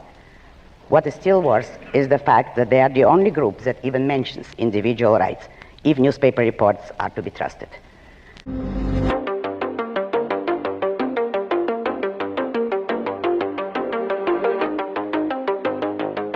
As long as the U.S. exists, it will support Israel. That is the message that Secretary of State Antony Blinken brought to Israel when he visited on Thursday, and he declared this while in Tel Aviv meeting with Israeli Prime Minister Benjamin Netanyahu. He said, quote, "The message that I bring to Israel is this: you may be strong enough on your own to defend yourself, but as long as America exists, you will never, ever have to. We will always be there by your side," end quote.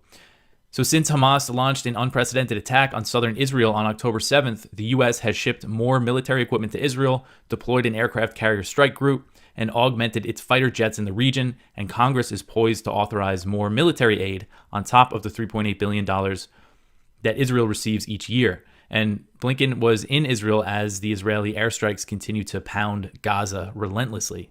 So Blinken also said that it's important to take every possible precaution to avoid harming civilians, but he did not mention the hundreds of children who have already been killed in Israel's onslaught on Gaza. So also on Thursday, Secretary of Defense Lloyd Austin said the new aid for Israel was unconditional. He said, quote, "In terms of conditions that we would place on the security assistance that we're providing to Israel, we have not placed any conditions on the provision of this equipment," end quote. So both officials are making it very clear that the U.S. is giving Israel its full-throated support, regardless of how many people they're killing in Gaza, how many civilians, how many children. The headlines that a lot of news outlets went with today was Blinken warns against civilian casualties. But, besides that one line, it doesn't seem like there's any indication the U.S. is really pressing Israel, because Israel has not stopped. They are destroying Gaza right now. So on Thursday, Israeli airstrikes hit Syria's two international airports in Damascus and Aleppo, putting them both out of service. This was reported by Syria's state news agency, and the report said, quote, "The Israeli enemy carried out an aggression on the two international airports of Damascus and Aleppo, taking them out of service." According to a military source, the source added that shelling the two airports occurred simultaneously this afternoon, causing material damage to the airstrips, which put them out of service, end quote. So the UK-based Syrian Observatory for Human Rights, they also reported simultaneous Israeli airstrikes on these two airports. So far, no casualties have been reported. And so these airstrikes come amid Israel's bombardment of Gaza in the wake of this Hamas attack.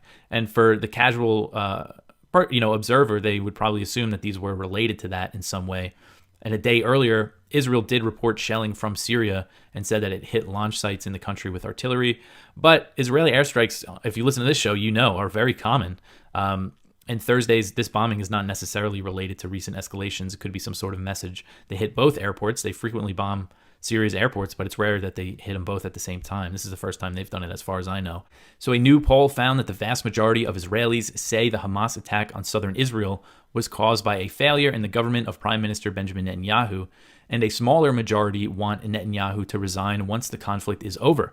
So this poll was released by the Dialogue Center, and 86% of the respondents said that the surprise attack from Gaza was a failure of the country's leadership. The poll also found that 56% of respondents want Netanyahu to resign at the end of the conflict, and 52% also want to see the resignation of Defense Minister Yoav Gallant. So Ukraine on Wednesday received a $1.15 billion tranche of direct budgetary aid from the U.S. that is dispersed through the World Bank. The budgetary aid the U.S. has been providing Ukraine funds government services and salaries, subsidizes small businesses, pays farmers, and provides other types of economic support. really propping up the Ukrainian government about as much as the U.S. possibly could be doing. So according to Ukraine's finance ministry, the country has received $10.9 billion in direct budget support from the U.S. in 2023. Since Russia invaded, that number is $22.9 billion in this budgetary aid, something that I think often gets overlooked. Most people are talking about the military aid and the weapons and stuff. But that's a lot of money, almost $23 billion to fund the Ukrainian government. And, they say these are grants, which means they're not going to be paid back. South Korean Defense Minister Shin Wok-shik is pushing Seoul to abandon a 2018 agreement that reduced the military presence along the demilitarized zone. The military official believes North Korea could use tactics similar to Hamas to attack South Korea. The potential for Seoul to walk away from the deal meant to reduce tensions on the peninsula comes as the chances for a military confrontation between the U.S. and North Korea has skyrocketed under the Biden administration. So Shin, who was appointed as defense minister on Saturday, so he's their new defense minister, he argued that withdrawing from the agreement was necessary. He said, quote, Hamas has attacked Israel and the Republic of Korea is under a much stronger threat.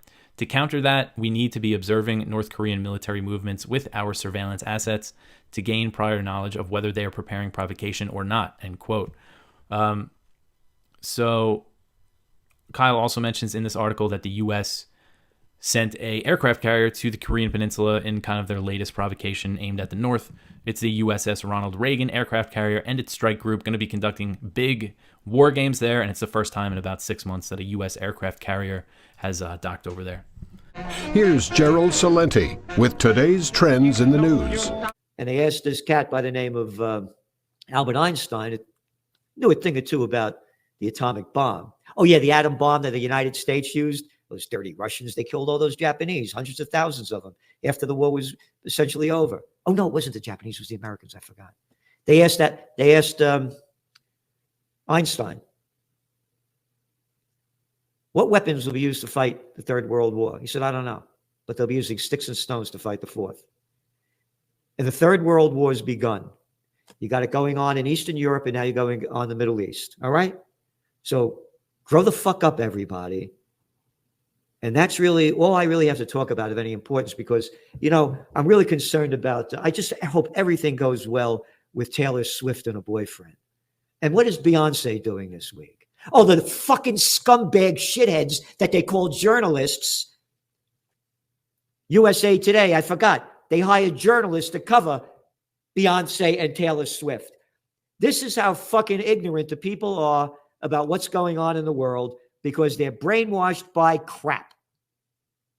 They don't have a fucking clue about this, and all they know is what the mainstream media is shoving down their throat. As the COVID war, the Ukraine war, the Israel war. Only believe what the officials tell you. You're not allowed to think anything else. Oh, you ready? In keeping with recent trends, shelter costs were the main factor in inflation increase. Shelter costs. Isn't that a nice name? Shelter costs. That's what the plantation workers have. We got a shelter. We got a shelter. Yeah. Once upon a time, people could buy homes. But anyway, shelter costs, that went up, right? That went up high. Hey, if shelter costs are going up, then people are going to be buying less product. You got it? Means less money to buy more products. Yep. That's just part of it. What else? U.S. consumers rein in use of credit cards as charges soar. Yeah, 22.8% is the average on the fucking credit cards. Hey, they used to have the mafia that were charging 10% interest, hey, but the banksters could charge what the fuck they want. And that's just the average. It goes much higher than that. IMF outlook worsens for limping world economy. Mideast war poses new uncertainty. No shit. Oh, Texas cities are struggling with office vacancies. Only one of your top trends for 2023, office building bust. Only started warning about this over 3 years ago, but it's making the news now. Mortgage rates pummel home buyers again as they edge toward 8%. Where they're going, what's going to happen? It's in your Trends Journal. Office vacancies reach 20, keep going up. End of the roaring 20s as luxury sector softens. They call it the roaring 20s because the COVID war started in 2020. And they said when this thing, loosened up, people are going to loosen up and buy everything they can. And they did. And now it's tightening up. AMD says it'll buy AI startup. Again, the bigs are getting bigger. Exxon to buy Pioneer, only for $60 billion. So going on now to the what's going on in Israel. This is from the New York Times on yesterday. Rallying behind Israel, U.S. leaders show rare unity. Yeah, you gotta support Israel. If you don't, you have no right to live. And I'm going to read this. The sensitivity of what was made clear by mixed signals sent by Mr. Biden's own administration. The State Department's Office of Palestinian Affairs posted a message on X, that's Twitter, on Saturday, pressing, quote, all sides to refrain from violence and retaliatory attacks. And the account of Secretary of State Antony Blinken posted a message on Sunday encouraging Turkey's, quote, advocacy for a ceasefire. All right? So ceasefire stopped us from heating up. Ready? Both posts were subsequently deleted following an outcry from Israeli supporters who said it was too soon to urge Israel to stand down. Isn't that nice? Yep. IDF chief. Israel will hit Gaza with full force without stopping. We will hit hard and take apart the rulers of Gaza. Yep. Bombs away over Gaza, the open-air concentration camp for 16 years. I'm totally opposed to what Hamas did, but totally understand what happens when you put people in an open-air concentration camp. And that's all it was. Can't go in, can't go out. And now they're bombing the hell out of the place, and the people are stuck in there. And no, there are not a lot of underground shelters. Even the New York Times writes about that. Gazans with nowhere to hide issue a plea. All right? Israel fighter jets and artillery have struck targets in Gaza frequently over the years as part of the long-standing conflict. That's right. Israel carries out airstrikes on Gaza as tensions in regions simmer. Oh, this was only from October 3rd. Oh, when did this blow up? Just a couple of days later? Oh, this is from July 23rd. Israel ramps up killing spree. Oh, this is from July 5th. As protests against the judicial reform escalate and its airport is shut down, Israel launches biggest military operation against Palestinians in decades. They've been building this thing up. Can't understand why the people fought back. You run your mouth and I run my business, brother. You tell everybody I'm busted. You talk so much you got me disgusted. But you run your mouth and I run my business, brother. You know, why couldn't they just leave it at that the village was slaughtered? You kind of end up detracting from the tragedy of the 1,200 people when you just got to push it a little bit further in claiming that they were terrorists and what they did was killing civilians, which included kids. That's all pretty terrible. But then when you lie and you take it one step further to say that they were beheading kids, why do you do that? Why do you got to push the story one step further from where it was? Everyone's standing around going, yeah, that's really bad, and they shouldn't have done that.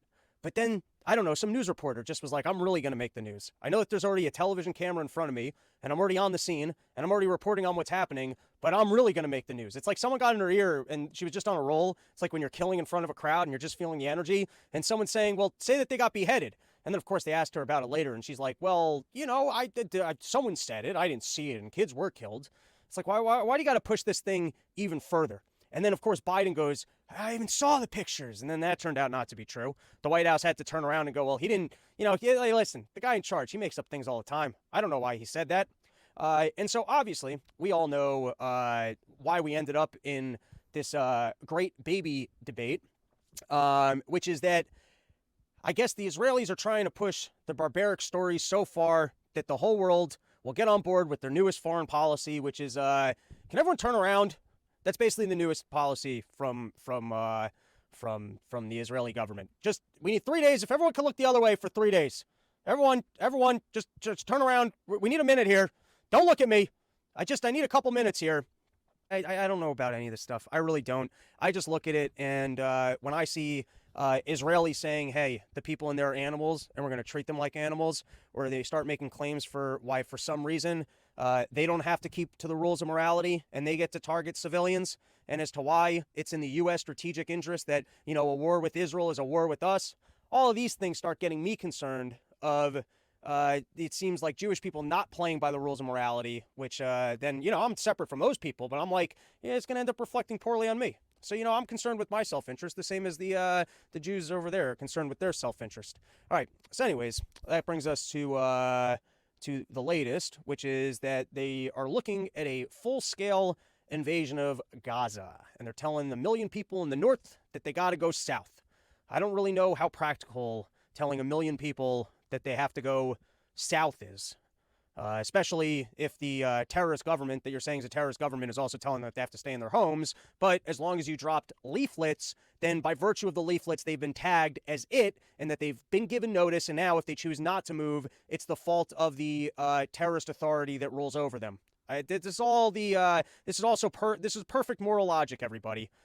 Doesn't it, the situation kind of feels like to me like it's a North Korea hostage situation type thing, where I guess like we don't trade with North Korea on account of the Kim Jong weasel pants, and I don't think that benefits any of the people that live there. But we're like, they got this evil dictator living over them, so we can't work with these people, with the evil dictator, and that certainly does become true when they're crossing over borders and they're blowing themselves up and they're killing innocent civilians. But I don't know, taking the bait, going in there, destroying people's houses, or just going, listen, and this is the way they like to talk. We've got an objective to uproot Hamas. And if there's collateral damage of people, we're not there's a clear distinction between us and them. Their terrorists came over here and targeted civilians. We're going over there, and there might be collateral damage of people that we gave fair warning to, that they had to abandon their homes and head south. For what period of time? To what resources that exist in the South? One, I think it's inhumane to be targeting civilians, even if you want to claim, oh, well, we're not doing it. It's their leaders doing it to them by having them be human shields, and it's just collateral damage. I think those are like, being lawyerly and legally to try and pretend like you're playing any different game than the terrorists, and it's wrong. And I also think that amidst this new media landscape, where as much as the EU and others are trying to wrangle control of Twitter and claiming that the misinformation's bad, which I argue is good because it forces people to realize, hey, we don't know what we don't know, and everyone's lying to us, and so you're kind of responsible for your own thought process. You're kind of responsible that you can't just show up and go, well, I'm informed because I read the New York Times, and here was the cultivated information that was given to me, and so as long as I'm repeating this cultivated information, I am in the clear, and I am morally right because I repeated what was cultivated and handed to me. Now we're in a different landscape where we kind of understand, all right, people are actually fighting for our attention. Israel's running ads on kids shows with like little unicorns reminding parents that 40 kids were died. So, hey, turn around and look the other way because we have to go do these terrible things. The point being, I think the free landscape of Twitter makes for a better environment for all of us, and that you have to actually validate the information that you're seeing, for one. And for two, I think it makes it very difficult for Israel to play this, hey, look the other way. We're just doing what we have to do to protect our people. And anything you're seeing is collateral damage. And Hamas is at fault for this, for turning these people into human shields. So my message for Twitter is you have to comply with the hard law. The only decision we have to make as individuals, people that believe in free speech, is: do you trust these institutions or not? Do you trust them to make moral judgment? Do you trust them to discern what's misinformation and disinformation and what isn't? If the answer, like my personal answer, is no, I don't trust them. I don't trust them at all. Then you have to, in one way or another, oppose this tyrannical tide towards centralized power and the closing down of free speech. We will be watching what you are doing. What's terrifying, additionally terrifying, about what Vera Jourova is saying is that laws are being passed all around the world to prohibit free speech. And as we have told you before, if you shut down free speech, then everything else is up in the air. Let's explain to you how that happens. Canada has already brought in online regulatory laws that mean that podcasts can be controlled and that online platforms can be fined if they report on information that the government deems to be misinformation. Oh, that was misinformation. However, let me show you already in real time what that's led to. In Canada, there's been an unprecedented spate of debanking people. That means shutting down the bank accounts of people who essentially you don't like, presumably because they're Nazis, although in Canada, being a Nazi can literally get you a round of applause in Parliament. You know that. That's not my fault. That's their fault. They did it. So people are getting their bank accounts shut down if they don't agree with the state. Why don't we know about that? That's weird. That should have been in the news. Yeah, I'll tell you why it's not in the news. Because the legacy media won't report it because they're in alignment with it.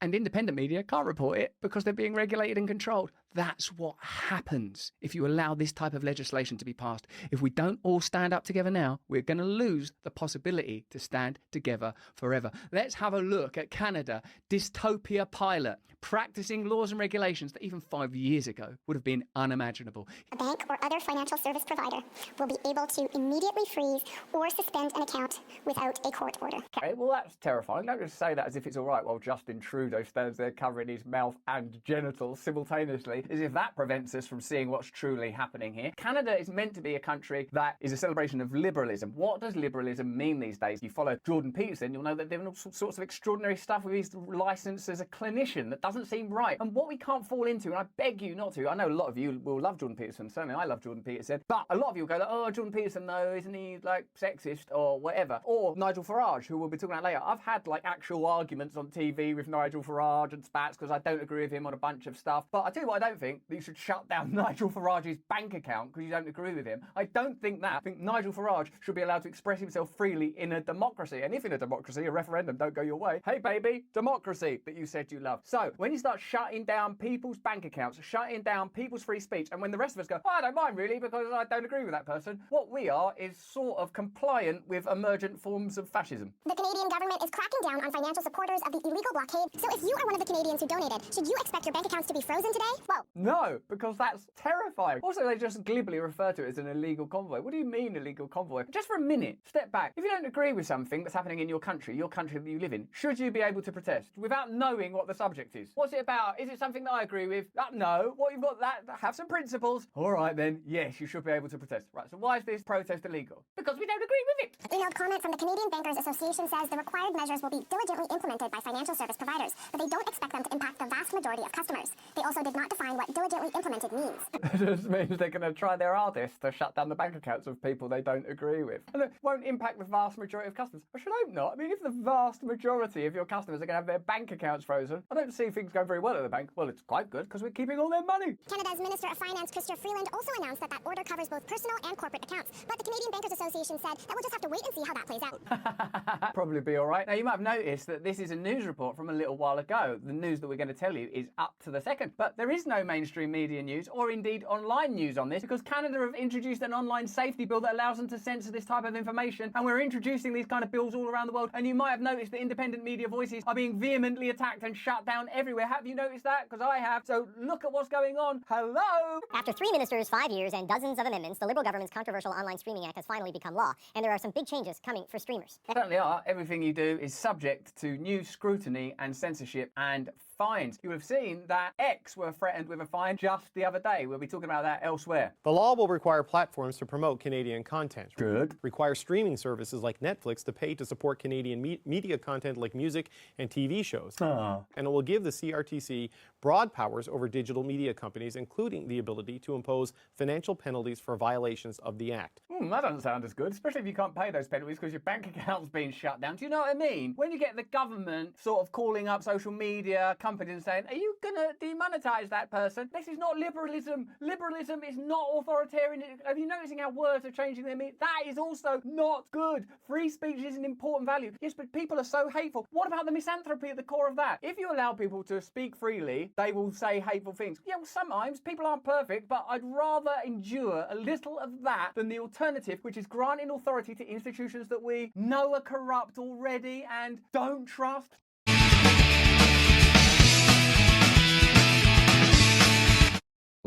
That mentality extends throughout the Gaza Strip, where you have a completely undiscussed plague of teenage and child suicide. You have children in Gaza who are killing themselves. People have been self-immolating in Gaza since the siege began. There is a drug everyone calls the happy pill. I think it's Ativan. And close to 50% of the population has been hooked on this, as well as any other drug that can slip through the Rafah crossing, to simply turn off from the hopelessness of reality in the second most densely populated place on earth under total siege. I just wonder what Americans or even Israelis would do in that situation. Well, look, I mean, that's the obvious question, Max Blumenthal. You take the shoe and you put it on the other foot, and the Palestinians won the war in 67 and herded all the Israeli Jews into the Gaza Strip ghetto, well, everybody knows Richard Nixon would have sent in the Marine Corps. Would have put or Lyndon Johnson, before Nixon got a chance, would have sent in the Marines and put an end to that real quick. Nobody doubts that for 1 second. America wouldn't tolerate that situation for 50 years, 60 years. Are you kidding? And that's how you know how wrong it is just apply the universal law to it for a moment. But now let me ask you this, Max, and this might be the situation if the shoe was on the other foot too. They say, yeah, but it's Hamas. Look at what insane right-wing religious fanatic butchers of civilians they are, massacrers of men, women, and children. We're supposed to somehow, or they are supposed to somehow integrate these people into their society. They're going to let them have an independent state next door that's allowed to arm up and attack them, or they're going to somehow give them all citizenship in one state and just invite the enemy inside. How do you answer that? Well, it may be too late for that. Or it may be that the relaxation and end of occupation will produce a new mentality among Palestinians. But Hamas was formed in 1988. There had been some Islamist forces in the West Bank and Gaza Strip that were nonviolent and were actually being propelled by Israel's intelligence forces to undermine the Palestinian Liberation Organization, which later became the PLO through Fatah.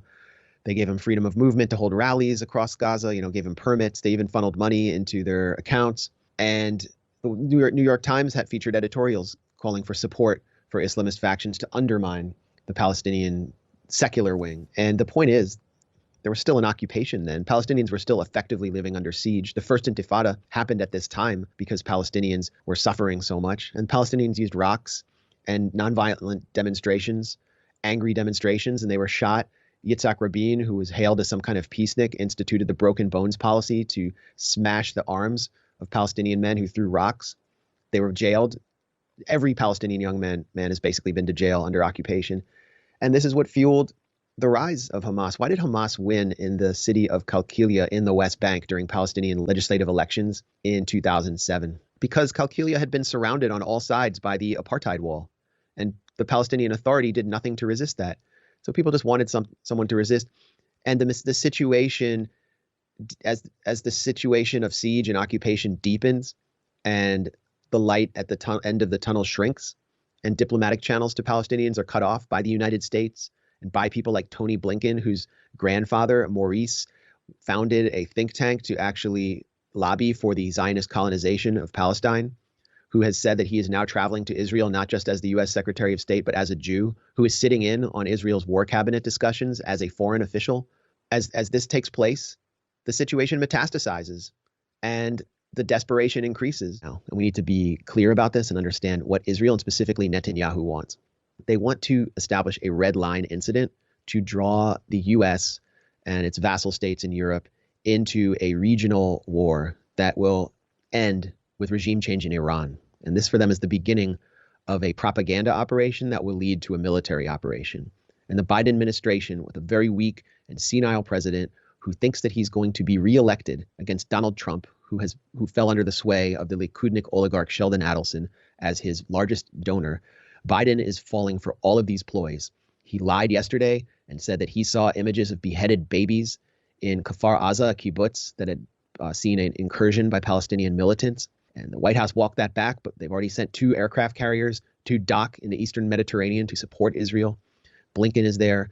And there are so many more deceptions and so much more context that needs to be applied to understand what's happening. Turn on CNN and they are laying the groundwork for a ground invasion of Gaza City that will inevitably lead to Hezbollah entering the conflict. Hezbollah entering the conflict will totally change the equation and could fuel a regional war. And so we need to be clear about where this is going and what Netanyahu wants to do. This is the same government that saw Ariel Sharon whisper in George W. Bush's ear immediately after 9/11, Arafat is our bin Laden. They want the U.S. to fight its wars. So whatever you think about what happened, we need to be clear about where it's going. And if you're anti-war, you need to get in the way. Well said.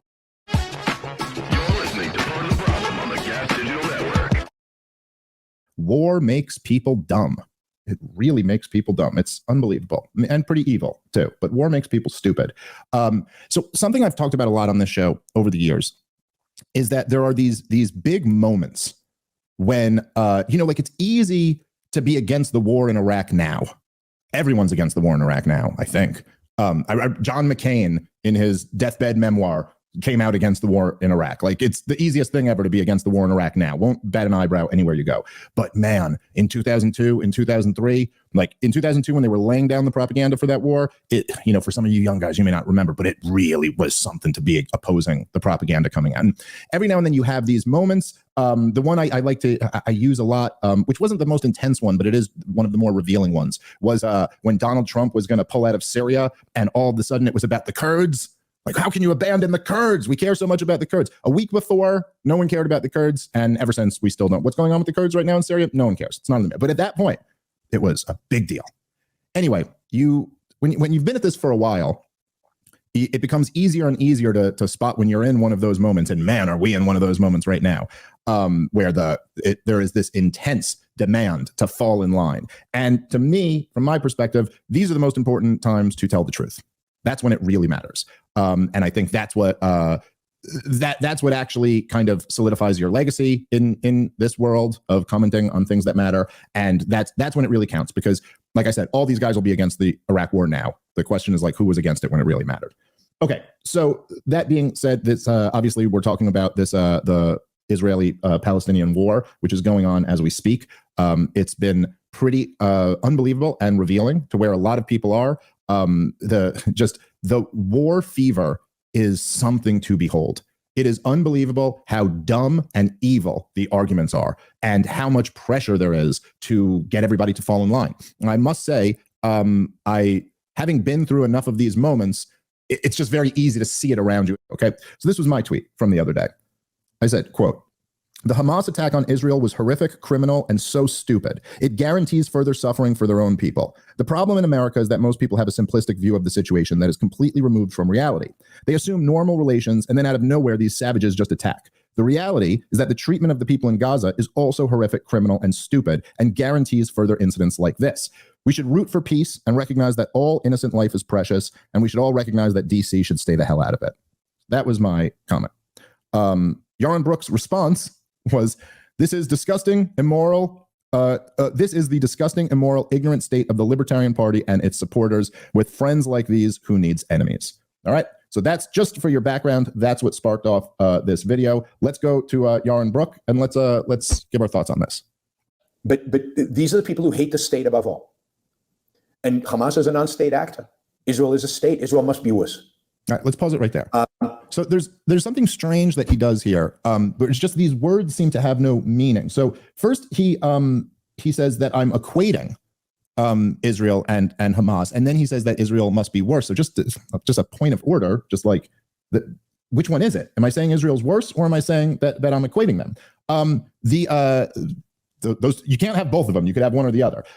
So anyway, none of that is actually what I said, as you guys can see in the tweet that I read. I just mentioned that what Hamas did was horrific and also criminal, and also that Israel's treatment of the people in Gaza is horrific and criminal. So I just mentioned those things. I didn't say they're the same, or this one group is worse, or nothing like that. This is all just what he's imagining, because I dared to also mention the crimes of Israel. That's it.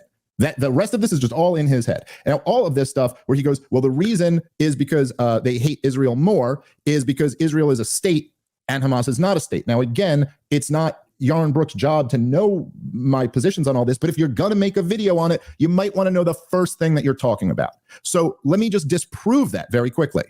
This is it. For anyone who listens to this show and knows me, this is how easy it is to disprove that. The riots of 2020. Where was I on the riots of 2020? Did I say, like, well, that's not a state, therefore I don't hate them, therefore I'm not appalled by the violence and the looting and the destruction of property and the assaults and the murders and all that stuff? No, I was one of the most vocal critics of the Black Lives Matter rioting, because it's just completely unacceptable, like awful criminal behavior. So I don't have a bias that if you're the state, you're worse. This is just a lack of understanding of where me and people like me are coming from. What we hate is the violation of natural rights. What we hate is violent aggression, okay? That's where we're coming from. And states happen to do that. That's why we hate the state. That's why we hate governments in general. Because governments, as really existing in the world, none of them exist in the way Yaron Brook wants them to in his objectivist mind state, where they're like this night watchman state. All of them violate natural rights of people, and that's what we hate. So I hate when Hamas is brutally murdering and torturing people. And I also hate when Israel is brutally murdering occupying and denying basic liberty to large groups of people. It actually makes perfect sense if you think about it.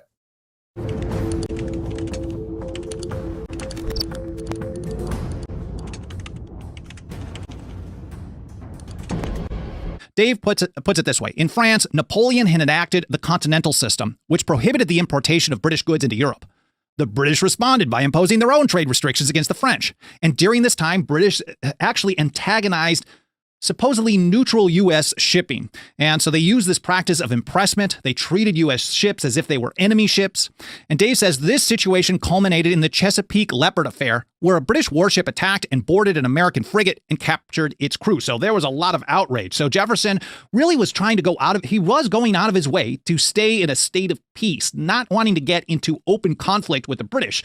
At some point, I get the impression that he at least wanted to push things off as long as possible. It did end up in a full-scale war with the British eventually. So I'm not sure if he was aware of that. I know that he was writing some years later. He thought he could just go 2 more months, kind of like the 2 more weeks that we've gotten in recent years, and he would have been successful, but it didn't work out that way. And so by going with the Embargo Act of 1807, this was the middle ground instead of just complete submission and the other end of a total war. He thought that he could use kind of an economic warfare to get them to back off from doing this. But this opened him up to charges of unconstitutionality and nullification efforts by individuals and states. A quick overview from Wikipedia. The initial legislation, December 22, 1807, it put an embargo on all ships and vessels under U.S. jurisdiction, American ships.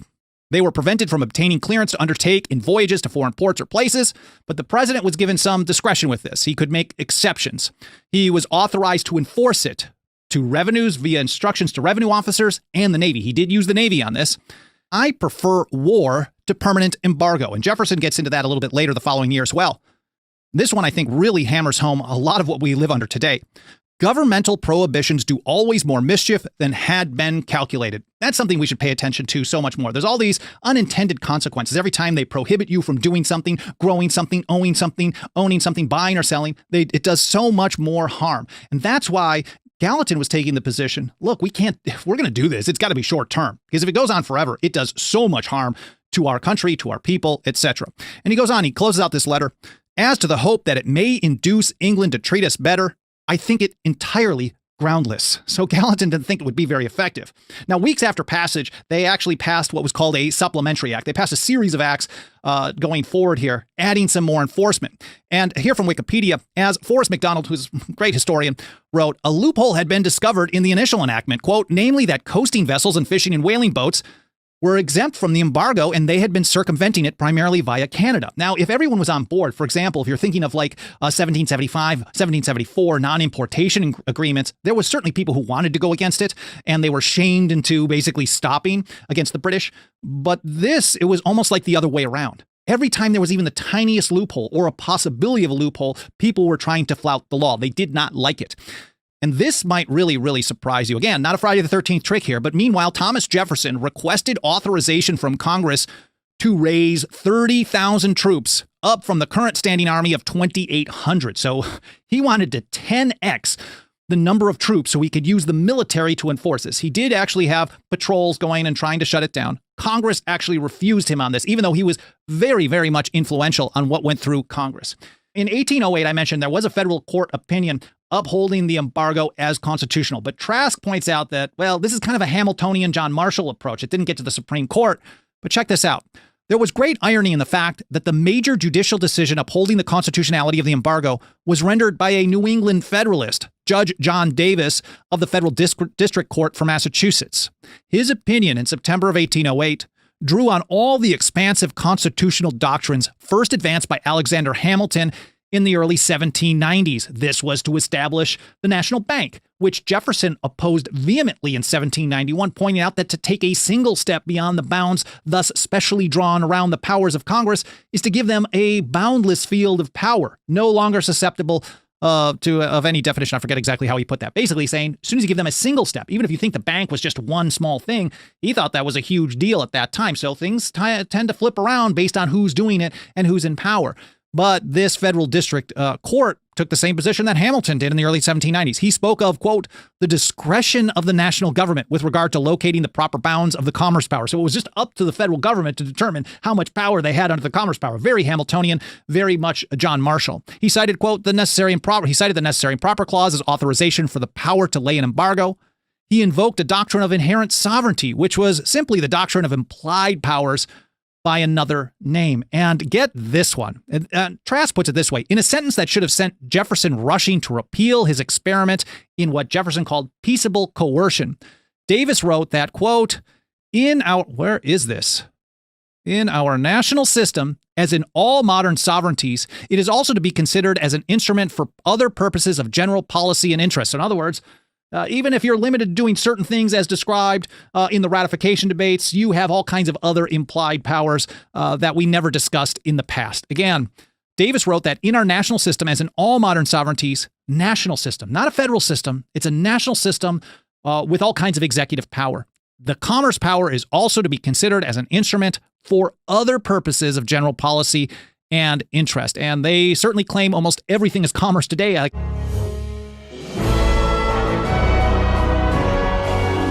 War and inflation, they go together. They're both upheld by lies, and they both lead to the demise of nations throughout history.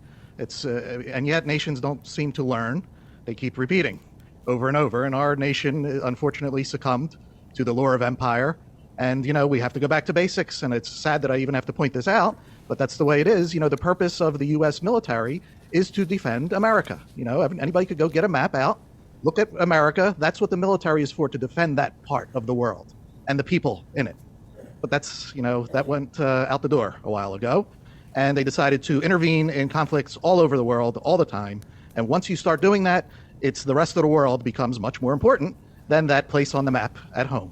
And we just talked about this week, Dr. Paul and Daniel, they're now sending money to Ukraine, to Israel, and to Taiwan, all at the same time. Meanwhile, here at home, everything is seemingly falling apart, with people on the streets, with our infrastructure, with, our borders. We could list the stuff all day. And this is what happens. And as the world slips out of their fingers, as it must, because you can't conquer the world, they start to resent us here at home. You start to feel like, they don't really care about us here. And when you look at the border, how do you not come to that conclusion? And when you look at Congress, with Kamala Harris and Pelosi holding up Ukraine flags, and they're wearing Ukraine flags on their, lapels, what's going on? This is the U.S. Congress. What are they doing? But this is the lure of empire. And what happens is you can't fix the problems 6,000 miles away or 1,000 miles away any more than, a father and mother, instead of taking care of their household, going, down the street and into all the neighborhoods trying to cure alcoholism and domestic abuse and this and that. They'll eventually exhaust themselves, because you cannot solve all the problems of the world. You do not have the resources. You do not have the knowledge. And what happens is your own home, your own kids will fall apart as a result. So this is where we are, and it's an unfortunate situation. Chris, you asked a good question about, do they know what they're doing? And I spent a couple years up there, and let me tell you, they don't know what they're doing, and that's a big problem. But they know how to talk politicians, and make promises and things. But the problem is there's a limit to all this, and that we're facing that, and that's why they can't even agree on a speaker, because the political parties are there to pass out the loot that is taken from the people through either taxation or the inflation by just printing the money. So that is the real problem, and they do not know exactly what happened. But I see that perception in that lack of knowledge starting. I mentioned 1971, but that was a consequence of what really started in the progressive era. And Chris has already brought the subject up. About war and inflation and printing money and deficits. But that was 1913, and that's when the foreign policy was changing, and that's when Woodrow Wilson said, let's join the war and make the world safe for democracy. But the progressive universities are introducing these ideas too. They introduced the idea of the income tax. Who owns what you earn? Well, the government owns everything, because they take everything and let you use a certain amount of it. And if that isn't enough, they just keep printing money and diluting the value. So the progressive era and what was going on down there has ushered in an age where all this stuff happened. But you know, the ability for the market to respond, I think, is just unbelievable, because people will say, well, things got pretty good, you know, in the 50s, in the 60s, people had their houses, things weren't as bad as they were now. But you know, that's all deception. And it also shows that there has been a lot of wealth. There still is a lot of wealth. But what's happening now are the people are waking up, just as they woke up about the overreach with on our civil liberties on COVID. The people are waking up on the economics as well. And interestingly enough, you know, this whole idea of how much can they spend on so-called national defense or national security, and they do that, but they don't have the money is the big thing. So they have to print the money, and that causes the problems, and that leads to social disorder, because the distribution of the wealth, the shrinkage of wealth, happens when you do this to the monetary system. Some people lose a lot more than others percentage-wise, and that's usually the poor and the middle class. They get hurt the most. And who benefits the most? Well, if it's war, I imagine that the military-industrial complex, they just happen to be there making a lot of money. And what about if you have a natural disaster? That was really not so natural. It was sort of government concocted, and that was the overreach with the COVID. And that took a while, a couple of years of all this suffering, and still people believe a lot of that nonsense. And yet a lot of people finally woke up to it. So it's not something that we can't get people's attention, and they'll want to do the same thing. But that whole thing in recent weeks about closing down the government has to do with funding. Just a minority of Republicans that wanted to make sure there was no more funding, to the Ukraine. And that got the attention, which means that they must have conceived of it themselves, or they heard from their constituents. Why are we spending that much money when we don't have it, and people are starting to suffer? But of all this anti-ideological mess, I would pick one small incident as morally the worst. I quote from the New York Times of February 6, 1967, quote, "Leaders of 15 student organizations representing both political extremes as well as the center called today for the abolition of the draft and the encouragement of voluntary service in humanitarian pursuits.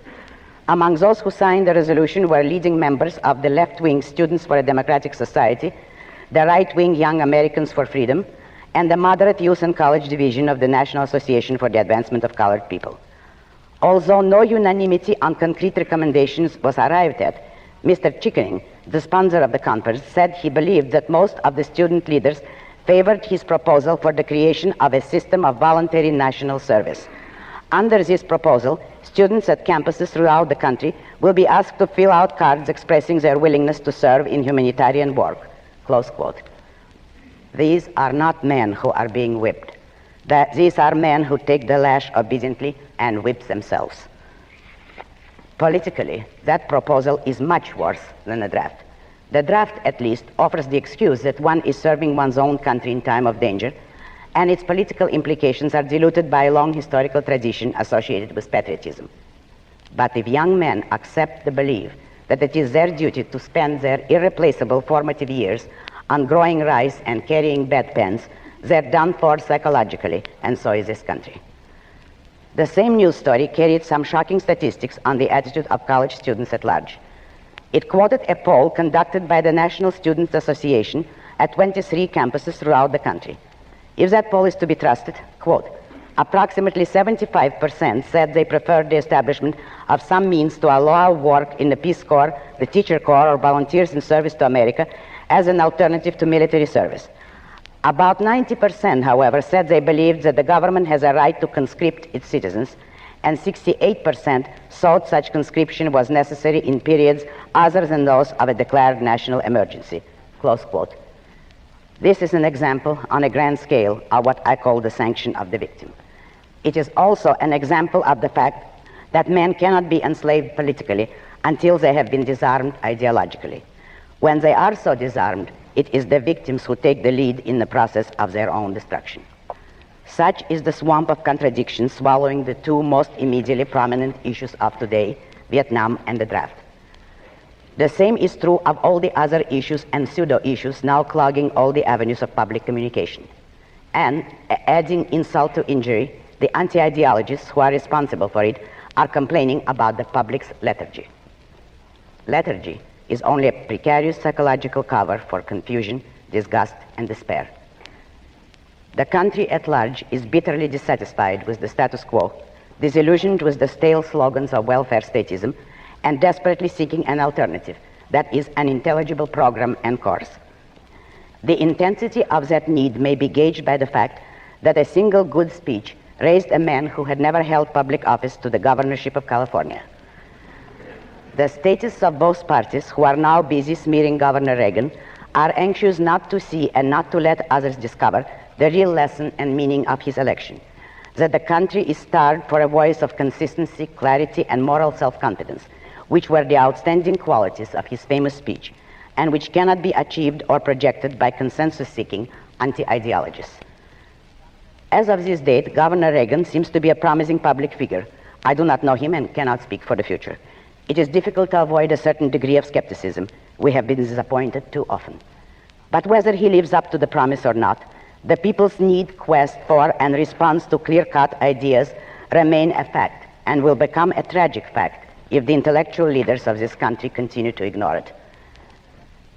Since the elections of 1966, some commentators have been talking about the country's swing to the right. There was no swing to the right, except perhaps in California. There was only a swing against the left, if by right we mean capitalism and by left statism. Without a firm, consistent ideological program and leadership, the people's desperate protest will be dissipated in the blind alleys of the same statisms that they are opposing.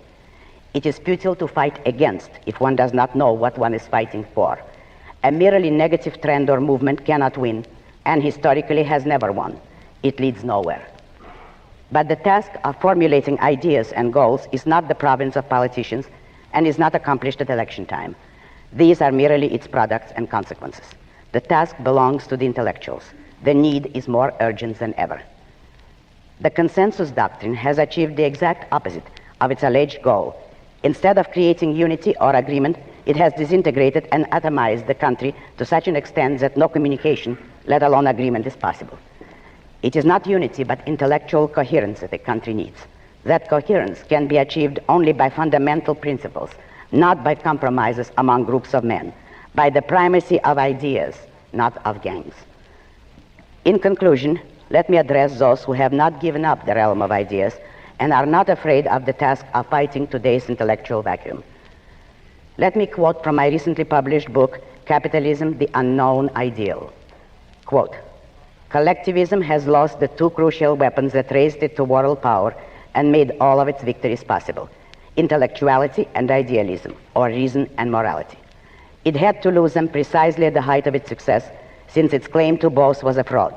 The full actual reality of socialist, communist, fascist states has demonstrated the brute irrationality of collectivist systems and the inhumanity of altruism as a moral code. Yet reason and morality are the only weapons that determine the course of history. The collectivists dropped them because they had no right to carry them. Pick them up. You have." Close quote. Thank you.